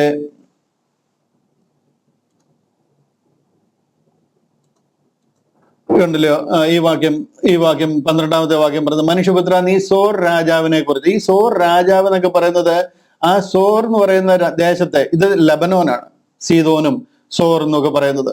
ഈ ആ ലബനീസ് അല്ലെങ്കിൽ ലബനോൻ, ആ രാജാവിനെ കുറിച്ചൊരു വിലാപം തുടങ്ങി അവനോട് പറയേണ്ടത്. അവിടെ ഏൽപ്പിച്ചിരിക്കുന്ന ദൂതൻ, അതായത് ആ സാത്താന്റെ ദൂതനെ കുറിച്ച് കാണിച്ചു പറയുക. ഇതുപോലെ ഓരോ ദേശത്തെയും പ്രഭുക്കന്മാരെ കാണുവാനായിട്ട് കഴിയും. പുതിയ നിയമത്തിലേക്ക് വന്ന റെഫറൻസൂടെ കാണിച്ചാൽ അവിടുന്ന് മാറാം. യോഹന്നാന്റെ സുവിശേഷം 19-ാമത്തെ അധ്യായം, യോഹന്നാന്റെ സുവിശേഷം 19-ാമത്തെ അധ്യായം, അതിന്റെ 10-11 വാക്യങ്ങൾ. ഇവിടെ കർത്താവിനെ ക്രൂശിക്കാനായിട്ട് പിലാത്തോസിന്റെ മുമ്പിൽ നിൽക്കുന്ന ഒരു രംഗമാണ്. ആ പിലാത്തോസ് കർത്താവിനോട് ചോദിക്കുക, യേശു ഉത്തരം പറഞ്ഞില്ല, പലതും ചോദിച്ചു കർത്താവിനോട്. ഇവിടെ കണ്ടില്ല, പിന്നെയും ആ സ്ഥാനത്തിൽ ചെന്ന് നീ എവിടെ നിന്നാകുന്നു എന്ന് യേശുവിനോട് ചോദിച്ചു. പല ചോദ്യങ്ങൾ പിലാത്തോസ് ചോദിക്കുന്നുണ്ട്. അതിനൊന്നും കർത്താവ് ഉത്തരം പറയുന്നില്ല. കർത്താവ് കുനിഞ്ഞ് നിൽക്കുക. ഇവിടെ യേശു ഉത്തരം പറഞ്ഞില്ല. പീലാത്തോസ് അവനോട്, നീ എന്നോട് സംസാരിക്കുന്നില്ലയോ? എനിക്ക് ക്രൂശിപ്പാൻ അധികാരമുണ്ടെന്നും നിന്നെ വിട്ടയപ്പാൻ അധികാരമുണ്ടെന്നും നീ അറിയുന്നില്ലയോ എന്ന് ചോദിച്ചതിന് യേശു അവനോട്, ഇത് റോമൻ സാമ്രാജ്യത്തിൽ അവിടുത്തെ ഗവർണറായിട്ട് അപ്പോയിന്റ് ചെയ്തിരിക്കുന്ന ആളാണ് ഈ പൈലറ്റ്. ഇദ്ദേഹത്തോട് പറയുകയാണ്, മേലിൽ നിന്ന് നിനക്ക് കിട്ടിയിട്ടില്ല എങ്കിൽ എൻ്റെ മേൽ നിനക്ക് ഒരു അധികാരം ഉണ്ടാകുകയില്ലായിരുന്നു. അതുകൊണ്ട് എന്നെ നിന്റെ പക്കൽ ഏൽപ്പിച്ചവൻ അധികം പാപമുണ്ട് എന്ന് ഉത്തരം പറഞ്ഞു. ഇവിടെ പറയുന്നുണ്ട്, ഞാൻ നിങ്ങളെ കാണിക്കാൻ ഉദ്ദേശിക്കുന്നത് മേലിൽ നിന്ന്, നിങ്ങൾക്ക് സ്വർഗത്തിൽ നിന്ന് ഇയാൾക്ക് ഈ അധികാരം ലഭിച്ചില്ലായിരുന്നുവെങ്കിൽ എൻ്റെ മേൽ ഒരു അധികാരം ഉണ്ടാകുകയില്ലായിരുന്നു. തിരിച്ച് നമുക്ക് റോമാലേഖനത്തിലേക്ക് വരാം. 13-ാം അധ്യായത്തിന് 1-ാം വാക്യത്തിലേക്ക് വരാം. ഇവിടെ പറഞ്ഞതിന്റെ പർപ്പസ് എന്താന്ന് ചോദിച്ചു കഴിഞ്ഞാൽ, സകല അധികാരവും നിങ്ങൾ ഇന്ന് കാണുന്നത് ആരും കുറച്ച് കാണണ്ട. സാത്താൻ ഇവിടെ കയറി വാഴുകയാണെന്ന് വിചാരിക്കേണ്ട. ഓഫ് കോഴ്സ് ഇത് സാത്താന്റെ അധീനതയിലാണ്. ലോകവും അതിലെ സകല മഹത്തുക്കളും സാത്താന്റെ അധീനതയിലായിരിക്കുക. അവനിവിടെ മാക്സിമം അടക്കി വാണുകൊണ്ടിരിക്കുക. പക്ഷെ എന്നിരുന്നാലും ഇതിന്റെ ഈ കാലഗതികൾ എങ്ങനെ പോകണമെന്നും ഇതിനെ മൊത്തത്തിൽ ഇതിന്റെ ഒരു ഓവറോൾ പിക്ചർ നോക്കിക്കഴിഞ്ഞാൽ അതിന്റെ മേലെ ദൈവത്തിന്റെ ഒരു അധികാരവും ദൈവത്തിന്റെ കൺട്രോളിലും ആണ് കാര്യങ്ങൾ പോയിക്കൊണ്ടിരിക്കുന്നത്. അതുകൊണ്ട് തന്നെ ഇതിന്റെ നേതാക്കന്മാരെയും ലീഡേഴ്സിനെയും ഒക്കെ ദൈവത്താൽ നിയോഗിതരായിരിക്കുക. ഹല്ലേലൂയ. അതുകൊണ്ട് നമുക്ക് ലഭിച്ചിരിക്കുന്ന അധികാരങ്ങൾ ദൈവത്താൽ നിയോഗിതമാണ്. ദൈവത്താൽ അല്ലാതെ ഒരു അധികാരവും ഇല്ലല്ലോ. ഉള്ള അധികാരങ്ങളോ ദൈവത്താൽ നിയമിക്കപ്പെട്ടിരിക്കുന്ന എല്ലാ അധികാരവും ദൈവത്താൽ നിയോഗിക്കപ്പെട്ടിരിക്കുക. അതുകൊണ്ട് ഒരു ദിവസം ദൈവം ഇനി അധികാരം എല്ലാം മാറ്റിക്കളയുന്ന ഒരു ദിവസം കൊണ്ട് അത് ദൈവത്തിന്റെ അധികാരത്തിലേക്ക് വരും. അന്ന് ക്രിസ്റ്റോളജിയിലും ക്രിസ്റ്റോക്രാസിയിലും ഈ ലോകം വരുന്നതിനിടയായി തരും. ഈ അധ്യായത്തിൽ പൊതുവെ നോക്കിക്കഴിഞ്ഞാൽ അനേക പ്രായോഗിക വശങ്ങൾ ഇതിനെക്കുറിച്ച് നമുക്ക് കാണുവാനായിട്ട് കഴിയും. ഞാൻ ഓരോന്നോരോന്നായിട്ട് വായിക്കുന്നില്ല, നിങ്ങൾക്ക് വായിച്ചു നോക്കാം. സിമ്പിൾ കാര്യങ്ങളാണ് പറഞ്ഞു പോകുന്നത്. എല്ലാവർക്കും കടമായിട്ടുള്ളത് കൊടുപ്പീൻ, നികുതി കൊടുക്കേണ്ടതുവന് നികുതി, ചുങ്കം കൊടുക്കേണ്ടതുവന് ചുങ്കം, ഭയം കാണിക്കേണ്ടതുവന് ഭയം, മാനം കാണിക്കേണ്ടതുവന് മാനം, അന്യോന്യം സ്നേഹിക്കുന്നതല്ലാതെ ആരോടും ഒന്നും കടംപെട്ടിരിക്കരുത്, അന്യനെ സ്നേഹിക്കുന്നവൻ ന്യായപ്രമാണം നിവർത്തിക്കുന്നുവല്ലോ. ചില തമ്പ് റൂളുകൾ മാത്രം ഞാൻ പറഞ്ഞു പോകാം.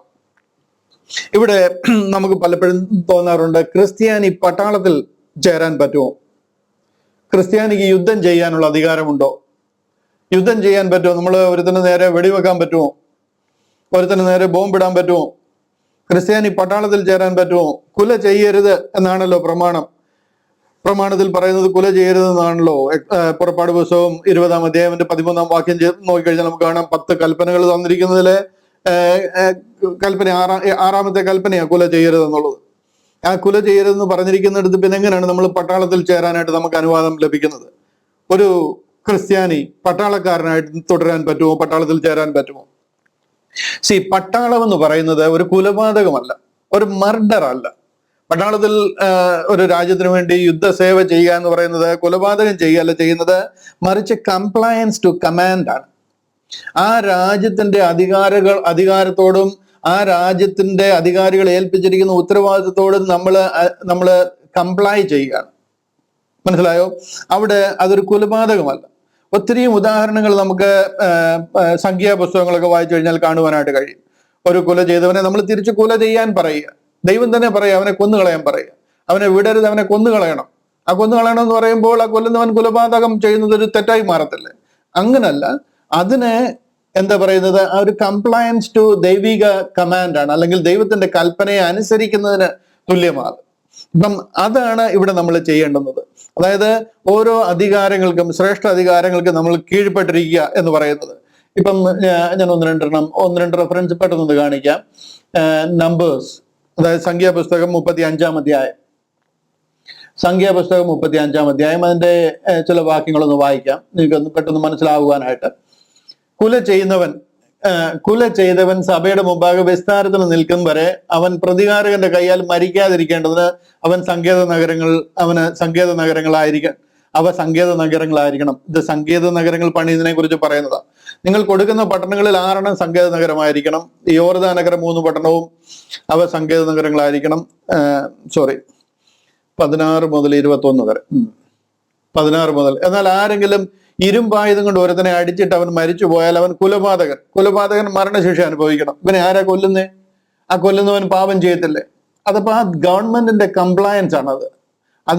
ആ നിയമത്തിനോട് നമ്മൾ അനുസരണം കാണിക്കുക. മരിപ്പാൻ തക്കവണ്ണം ആരെങ്കിലും ഒരുത്തനെ കല്ലെറിഞ്ഞിട്ട് അവൻ മരിച്ചു പോയാൽ അവൻ കുലപാതകൻ മരണശിക്ഷ അനുഭവിക്കണം. അവനെ തിരിച്ചാരെങ്കിലും കൊല്ലണം. അല്ലെങ്കിൽ മരിപ്പാൻ തക്കവണ്ണം ആരെങ്കിലും കയ്യിലിരുന്ന മരയായുധം കൊണ്ട് ഒരുത്തനെ അടിച്ചിട്ട് അവൻ മരിച്ചു പോയാൽ അവൻ കുലപാതകൻ മരണശിക്ഷ അനുഭവിക്കണം. ഒത്തിരി റെഫറൻസുകൾ ഇങ്ങനെ നമുക്ക് കാണുവാനായിട്ട് കഴിയും. ബോട്ടം ലൈൻ, നമ്മൾ പട്ടാളത്തിൽ ചേരുന്നത് കുറ്റകരമല്ല. നമ്മൾ ആ രാജ്യത്തെ സേവിക്കുവാൻ വേണ്ടിയിട്ട് ആ രാജ്യത്തിന്റെ ശ്രേഷ്ഠ അധികാരങ്ങൾക്ക് കീഴടങ്ങിയിരിക്കുന്നതിന്റെ ഭാഗമാണ്. അവിടെ കുല ചെയ്യരുതെന്ന് പറഞ്ഞിട്ടില്ലേ? പലരും അത് കാരണം രാജ്യത്തിന്റെ പല ക്രിസ്തീയ വിഭാഗങ്ങളുണ്ട്. ഇതുപോലുള്ള രാജ്യത്തിന്റെ ഉപദേശങ്ങൾ പലതും അവർ ഫോളോ ചെയ്യുന്നില്ല. അങ്ങനെ ആവാൻ പാടില്ല. രാജ്യത്തിന്റെ ശ്രേഷ്ഠ അധികാരങ്ങൾക്ക് നമ്മൾ കീഴടങ്ങിയിരിക്കണം.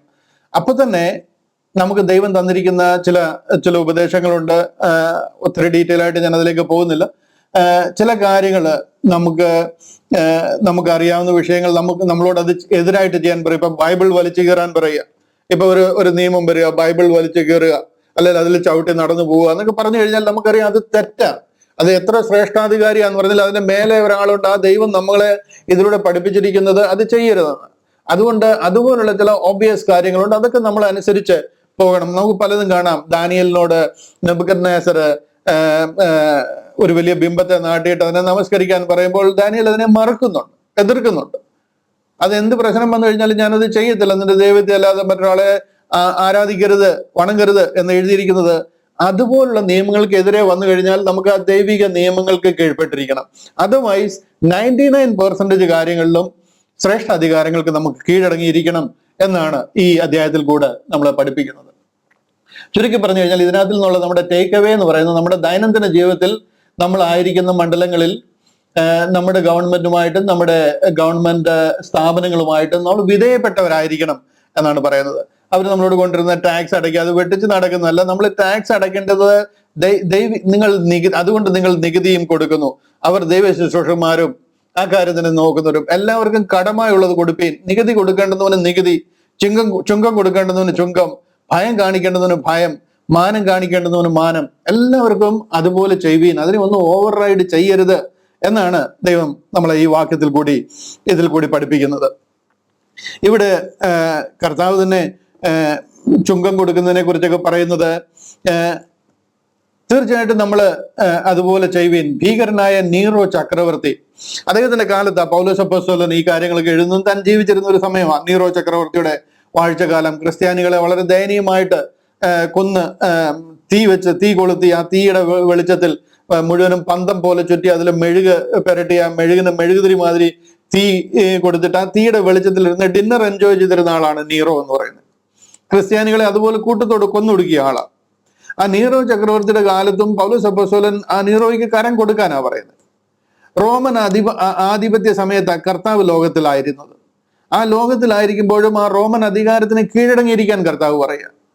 അവരെ നമ്മൾ ബഹുമാനിക്കണം, അവർക്ക് കടം പെട്ടിരിക്കുന്ന കൊടുക്കുക. കരം കൊടുക്കേണ്ടവന് കരം, ആ കൈസർക്കുള്ളത് കൈസർക്ക് കൊടുക്കാൻ പറയുക. മത്തായിയുടെ സുവിശേഷം 22-ാം അധ്യായം പഠിച്ചാൽ നിങ്ങൾക്ക് കാണാം. കൈസർക്കുള്ളത് കൈസർക്ക് കൊടുക്കാൻ പറയാം. പത്രോസ് അപ്പോസ്തലനോട് പറയാം, നീ പോയി ചൂണ്ടയിടണം. ഒരു മനുഷ്യൻ ജീവിച്ചിരിക്കുന്നു എന്നുള്ള കുറ്റത്തിന് ഒരു വർഷത്തിൽ 2 പ്രാവശ്യം ദ്വിദ്രഹ്മപണം, 2 വെള്ളിക്കാശ് നമ്മുടെ തലയ്ക്ക് ടാക്സ് കൊടുക്കണം, ജീവിച്ചിരിക്കുന്നു എന്നുള്ളൊരു കുറ്റത്തിന്. അതുപോലെ ചുങ്കം പിരിച്ചിരുന്ന ഒരു കാലമാണ്. ദ്വിദ്രഹ്മപണം എന്ന് പറഞ്ഞു കഴിഞ്ഞാൽ 2 ദ്രഹ്മപണം നമ്മൾ ജീവിച്ചിരിക്കുന്നതിന് ടാക്സ് കൊടുക്കണം. അതുകൊണ്ട് കർത്താവ് പത്രോസിനോട് പറയാ, പോയി ചൂണ്ടയിടുക. നീ ചൂണ്ടയിടുമ്പോൾ നിനക്കൊരു മീനെ കിട്ടും, അതിന്റെ വായിൽ ഒരു ചതുർദ്രഹ്മപണം ഉണ്ടാവും. അതായത് 2 ദ്വിദ്രഹ്മപണം ചേരുന്നതാണ് ഒരു ചതുർദ്രഹ്മപണം. നമ്മുടെ 2 പേരുടെയും ടാക്സ് കൊണ്ട് അടയ്ക്കാൻ പറയുക. എന്റെയും നിന്റെയും ടാക്സ് ചതുർദ്രഹ്മപ്പണം കിട്ടിക്കഴിയുമ്പോൾ 2 പേർക്ക് 2 ദ്വിദ്രഹ്മപ്പണം വീതം അടയ്ക്കാൻ പറ്റും. ഇതെല്ലാം നമ്മൾ കംപ്ലൈ ചെയ്യേണ്ടുന്ന വിഷയമാണെന്ന് എല്ലാവരും നമ്മളെ ഈ വിഷയത്തിൽ പഠിപ്പിക്കുക. അധികാരി ഒരു പക്ഷെങ്കിൽ അധാർമികനോ അഹങ്കാരിയോ ധാർഷ്ട്യക്കാരനോ ഒക്കെ ആയിരുന്നാലും അയാളെ വാഴിച്ചത് ദൈവവും ദൈവിക നിയോഗവുമാകിയാൽ ഒരു ഭാര്യ ഭർത്താവിനെന്ന പോലെ, അല്ലെങ്കിൽ മക്കൾ അമ്മയപ്പന്മാർക്കെന്ന പോലെ, ഒരു ദാസൻ യജമാനൻ എന്ന പോലെ അവർക്ക് കീഴടങ്ങിയിരിപ്പീൻ. അവർക്ക് കീഴടങ്ങേണ്ടുന്നത് ശിക്ഷയെ മാത്രം പേടിച്ചിട്ടല്ല, മറിച്ച് മനസാക്ഷിയെ വിചാരിച്ചും അവർക്ക് കീഴടങ്ങിയിരിക്കാൻ പറയുക. അധ്യായം തുടർന്ന് വായിക്കുമ്പോൾ കടമായുള്ളത് കൊടുപ്പീൻ. അവർക്ക് അവരുടെ മനസാക്ഷിയെ വിചാരിച്ച് അന്യോന്യം സ്നേഹിക്കുന്നല്ലാതെ ആരോടും ഒന്നും കടംപെട്ടിരിക്കരുത്. അതുകൊണ്ട് നിങ്ങൾ നികുതിയും അവന് ശുശ്രൂഷകന്മാരും ഇത് കണ്ടില്ലേ. അതുകൊണ്ട് ശിക്ഷയെ മാത്രമല്ല മനസാക്ഷിയും വിചാരിച്ച് കീഴടങ്ങുക ആവശ്യം എന്ന് പറയുക. ഭാര്യ ഭർത്താക്കന്മാർക്ക് കീഴടങ്ങിയിരിക്കുക, മക്കൾ അമ്മയപ്പന്മാർക്ക് കീഴടങ്ങിയിരിക്കുക, ദാസൻ യജമാനന് കീഴടങ്ങിയിരിക്കുക. ഇത് ദൈവം വിഭാവനം ചെയ്യുന്ന ഒരു ഓർഡർ. ഈ ഓർഡർ പ്രകാരം കാര്യങ്ങൾ മുന്നോട്ട് പോകണം എന്ന് പറയുക. പത്രോസ് അപ്പോസ്തലൻ തന്റെ 1-ാമത്തെ ലേഖനം 2-ാം അധ്യായം അതിന്റെ 13, 14 വാക്യങ്ങളിലും ഇത് എക്കോ ചെയ്യുന്നത് നമുക്ക് കാണുവാനായിട്ട് കഴിയും. പത്രോസ് അപ്പോസ്തലൻ 1-ാമത്തെ ലേഖനം 2-ാം അധ്യായം 13, 14 വാക്യങ്ങൾ. അവിടെ പറയുക, സകല മാനുഷിക നിയമത്തിനും കർത്താവിൽ നിമിത്തം കീഴടങ്ങിയിരിപ്പീൻ. കണ്ടില്ല, അവിടെയും ഇത് തന്നെയാ പറയുന്നത്. അവിടെ ഒരിക്കലും നമ്മളിതിനെ ഓവർ റൂൾ ചെയ്യുവാനായിട്ട് പറയുന്നില്ല. ശ്രേഷ്ഠാധികാരി എന്ന് വെച്ച് രാജാവിനും ദുഷ്പ്രവർത്തിക്കാരുടെ ദണ്ഡനത്തിനും സൽപ്രവർത്തിക്കാരുടെ മാനത്തിനുമായി അവനാൽ അയക്കപ്പെട്ടവൻ എന്ന് വെച്ച് നാടുവാഴികൾക്കും കീഴടങ്ങുകയും. നമ്മൾ അവരെ ഭരിക്കാൻ പോകല്ല. അവരെ ദൈവം ഒരു പർപ്പസിന് വേണ്ടി ആക്കി വെച്ചിരിക്കുന്നത്. അവരെ നമ്മൾ കീഴടങ്ങിയിരിപ്പീൻ. ആ സകല ശ്രേഷ്ഠാധികാരങ്ങൾക്കും കീഴടങ്ങിയിരിപ്പീൻ. കൈസർക്കുള്ളത് കൈസർക്ക് കൊടുപ്പീൻ എന്ന് പറയുക. ദൈവം നമുക്ക് ഒരിക്കൽ മരണവും പിന്നെ ന്യായവിധിയും കൽപ്പിച്ചിട്ടുണ്ട്. എന്നാൽ ആ ന്യായവിധിക്ക് ശേഷം ഒരു നിത്യജീവൻ ദൈവം നമുക്ക് വേണ്ടി ഒരുക്കിയിരിക്കുന്നു. നമ്മൾ ചെയ്യുന്ന പ്രവൃത്തികൾക്കനുസരിച്ച് നമുക്ക് അവിടെ ദൈവം പ്രതിഫലം തന്ന് നമ്മളെ മാനിക്കുവാനായിട്ട് ഇടയായിത്തീരും. ഇവിടെ റോമാലേഖനത്തിലേക്ക് തിരിച്ചു വന്ന് വായിച്ച് ഞാൻ അവസാനിപ്പിക്കാനായിട്ട് പോവുകയാണ് ഇന്നത്തെ പഠനം. നമ്മൾ അടുത്ത ദിവസവും ഈ ഭാഗം വന്ന് ജസ്റ്റ് റീക്യാപ്പ് ചെയ്ത് ക്ലിയർ ചെയ്ത് 14-ാമത്തെ അധ്യായത്തിലേക്ക് കയറും. ഇവിടെ പ്രത്യേകിച്ച് വേറൊന്നും അങ്ങനെ ഒരു ടേക്ക് അവേ ഇല്ലാത്തത് കൊണ്ടാണ് ഞാൻ അധികം നിൽക്കാത്തത്. 10-ാമത്തെ വാക്യം പോലെ നോക്കിക്കഴിഞ്ഞു കഴിഞ്ഞാൽ സ്നേഹിക്കുക, വ്യഭിചാരം ചെയ്യരുത്, കൊല ചെയ്യരുത്, മോഷ്ടിക്കരുത്, മോഹിക്കരുത് എന്നുള്ളത് മറ്റ് ഏത് കൽപ്പനയും കൂട്ടുകാരനെ നിന്നെ പോലെ സ്നേഹിക്കുക എന്ന വചനത്തിൽ സംക്ഷേപിച്ചിരിക്കുന്നു. സ്നേഹം കൂട്ടുകാരന് ദോഷം പ്രവർത്തിക്കുന്നില്ല. ആകയാൽ സ്നേഹം ന്യായപ്രമാണത്തിന്റെ നിവൃത്തി തന്നെ. ക്രിസ്ത്യാനിയും അവന്റെ അയൽക്കാരനും എന്നുള്ള ബന്ധത്തിലാണ് ഇവിടെ പറയുന്ന കാര്യങ്ങളൊക്കെ. ഇത് ചെയ്യേണ്ടത് ഉറക്കത്തിൽ നിന്ന് ഉണരുവാൻ നാഴിക വന്നിരിക്കുന്നു എന്നിങ്ങനെ നിങ്ങൾ സമയത്തെ അറിയാൽ തന്നെ. നാം വിശ്വസിച്ച സമയത്തേക്കാൾ രക്ഷ ഇപ്പോൾ നമുക്ക് അധികം അടുത്തിരിക്കുന്നു. രാത്രി കഴിവാറായി, പകൽ അടുത്തിരിക്കുന്നു. അതുകൊണ്ട് നാം ഇരുട്ടിന്റെ പ്രവൃത്തികളെ വെച്ച് കളഞ്ഞ് വെളിച്ചത്തിന്റെ ആയുധവർഗം ധരിച്ചു കൊള്ളുക. പകൽ സമയത്ത് എന്ന പോലെ നാം മര്യാദയായി നടക്കാം. വെറിക്കൂത്തുകളിലും മദ്യപാനങ്ങളിലും ശയനമോഹങ്ങളിലും ദുഷ്കാമങ്ങളിലും അല്ല, പിണക്കത്തിലും അസൂയയിലുമല്ല. കർത്താവായ യേശു ക്രിസ്തുവിനെ തന്നെ ധരിച്ചുകൊള്ളുവീൻ. മോഹങ്ങൾ ജനിക്കുമാറ് ജഡത്തിനായി ചിന്തിക്കരുത്. വളരെ ജെനുവിനായിട്ടുള്ളതും വളരെ സ്ട്രേറ്റ് ഫോർവേഡ് ആയിട്ടുള്ള കാര്യങ്ങൾ. ഇതിനകത്തൊന്നും ഒരു റോക്കറ്റ് സയൻസ് അപ്ലൈ ചെയ്യേണ്ട ആവശ്യമില്ല. പറഞ്ഞിരിക്കുന്നത് വായിച്ചിരിക്കുന്നത് നമുക്ക് വായിച്ചു കഴിഞ്ഞാൽ ക്ലിയർ ആയിട്ട് മനസ്സിലാവും. ഈ കൽപ്പനകളും ഇതൊക്കെ തന്നെയാണ് പഴയ കാലത്ത് കർത്താവ് കൊടുത്തിരുന്ന കൽപ്പനകളുടെ നിവർത്തീകരണം. അതിലെല്ലാം സ്നേഹം എന്ന് പറയുന്ന ആ ഒരു വിഷയത്തിൽ നമ്മൾ അധിഷ്ഠിതമായിരിക്കുന്നു എന്ന് പറയാം. കർത്താവ് സ്വർഗത്തിലെ സകല മഹിമകളും വെടിഞ്ഞ് ഈ താണ ലോകത്തിലേക്ക് വന്നത് നമ്മളെ മാത്രം രക്ഷിപ്പാനല്ല, നമ്മുടെ കൂടെ നമ്മുടെ അയൽവക്കക്കാരനെയും നമ്മുടെ സഹോദരങ്ങളെയും എല്ലാവരും രക്ഷിപ്പാനാണ്. ഒരു വലിയ പരമാർത്ഥമാണ് ഞാൻ ഈ പറയുന്നത്. ഉലകത്തിലുള്ള സകല മാനവരാശിയും രക്ഷിപ്പാനാണ് കർത്താവ് സകല മഹിമകളെയും വെടിഞ്ഞ് താണ ലോകത്തിലേക്ക് മനുഷ്യനായിട്ട് അവതരിച്ചത്. അതുകൊണ്ട് നാം അവരെ നമ്മുടെ സഹോദരനെന്നെണ്ണി ദൈവം കാണിച്ച സ്നേഹത്തിന്റെ ഒരു 1000-ൽ-1 കാണിക്കുന്നവരായിരിപ്പീൻ, 100-ൽ-1 കാണിക്കുന്നവരായിരിപ്പീൻ. ദൈവം സ്നേഹിച്ച ഒരു വ്യക്തിയെ ദൈവം തന്റെ ജീവനെ അവനു വേണ്ടി അർപ്പിച്ചതാണ്. അതുകൊണ്ട് അവനെ നേടുവാൻ നമ്മളാൽ ആവോളം അധ്വാനിപ്പീൻ, അവന് നല്ല ബുദ്ധി പറഞ്ഞു കൊടുപ്പീൻ എന്ന് പറയുക. റോമാലേഖനം 13-ാം അധ്യായം അങ്ങനെ പറഞ്ഞു തീരുക. 14-ാം അധ്യായത്തിന്റെ 1-ാം വാക്യം അതുകൊണ്ടാണ് പറയുന്നത്. 14-ാം അധ്യായത്തിന്റെ 1-ാം വാക്യത്തിൽ പറയുന്നുണ്ടല്ലോ, അവിടെ പറയുകയാണ്, സംശയ വിചാരങ്ങളെ വിധിക്കാതെ വിശ്വാസത്തിൽ ബലഹീനനായവനെ ചേർത്തുകൊള്ളുവീൻ. ഒരു സംശയത്തിനും പോകാതെ കാര്യങ്ങൾ മനസ്സിലാകാത്തവനാണെന്നുണ്ടെങ്കിൽ അവനെ ആ വിശ്വാസത്തിൽ അവന് ബലഹീനനായിരിക്കുന്നുവെങ്കിൽ അവനെ ചേർത്തുകൊള്ളുവീൻ എന്ന് പറയുക. അവനെ സംശയിക്കാതെ അവനെ ചേർത്തുകൊള്ളുവീൻ. കാര്യം ദൈവം നമ്മെ ഓരോരുത്തരെയും സ്നേഹിക്കുന്നു. അതുകൊണ്ട് കർത്താവായ യേശു ക്രിസ്തുവിനെ തന്നെ ധരിച്ചുകൊള്ളുവീൻ. മോഹങ്ങൾ ജനിക്കുമാറ് ജഡത്തിനായിട്ട് ചിന്തിക്കരുത്. ഒരു ഒരു സോഷ്യൽ ലൈഫ്, ഒരു ക്രിസ്ത്യൻ ലൈഫ് അതെങ്ങനെയായിരിക്കണം എന്നുള്ള എക്സ്പ്ലനേഷൻ, നമ്മുടെ കണ്ടക്ട്, നമ്മുടെ പ്രവർത്തനങ്ങൾ എങ്ങനെയായിരിക്കണം എന്ന് ഈ അധ്യായത്തിൽ കൂടി പറയുകയാണ്. സകല അധികാരങ്ങൾക്കും കീഴടങ്ങിയിരിക്കുക.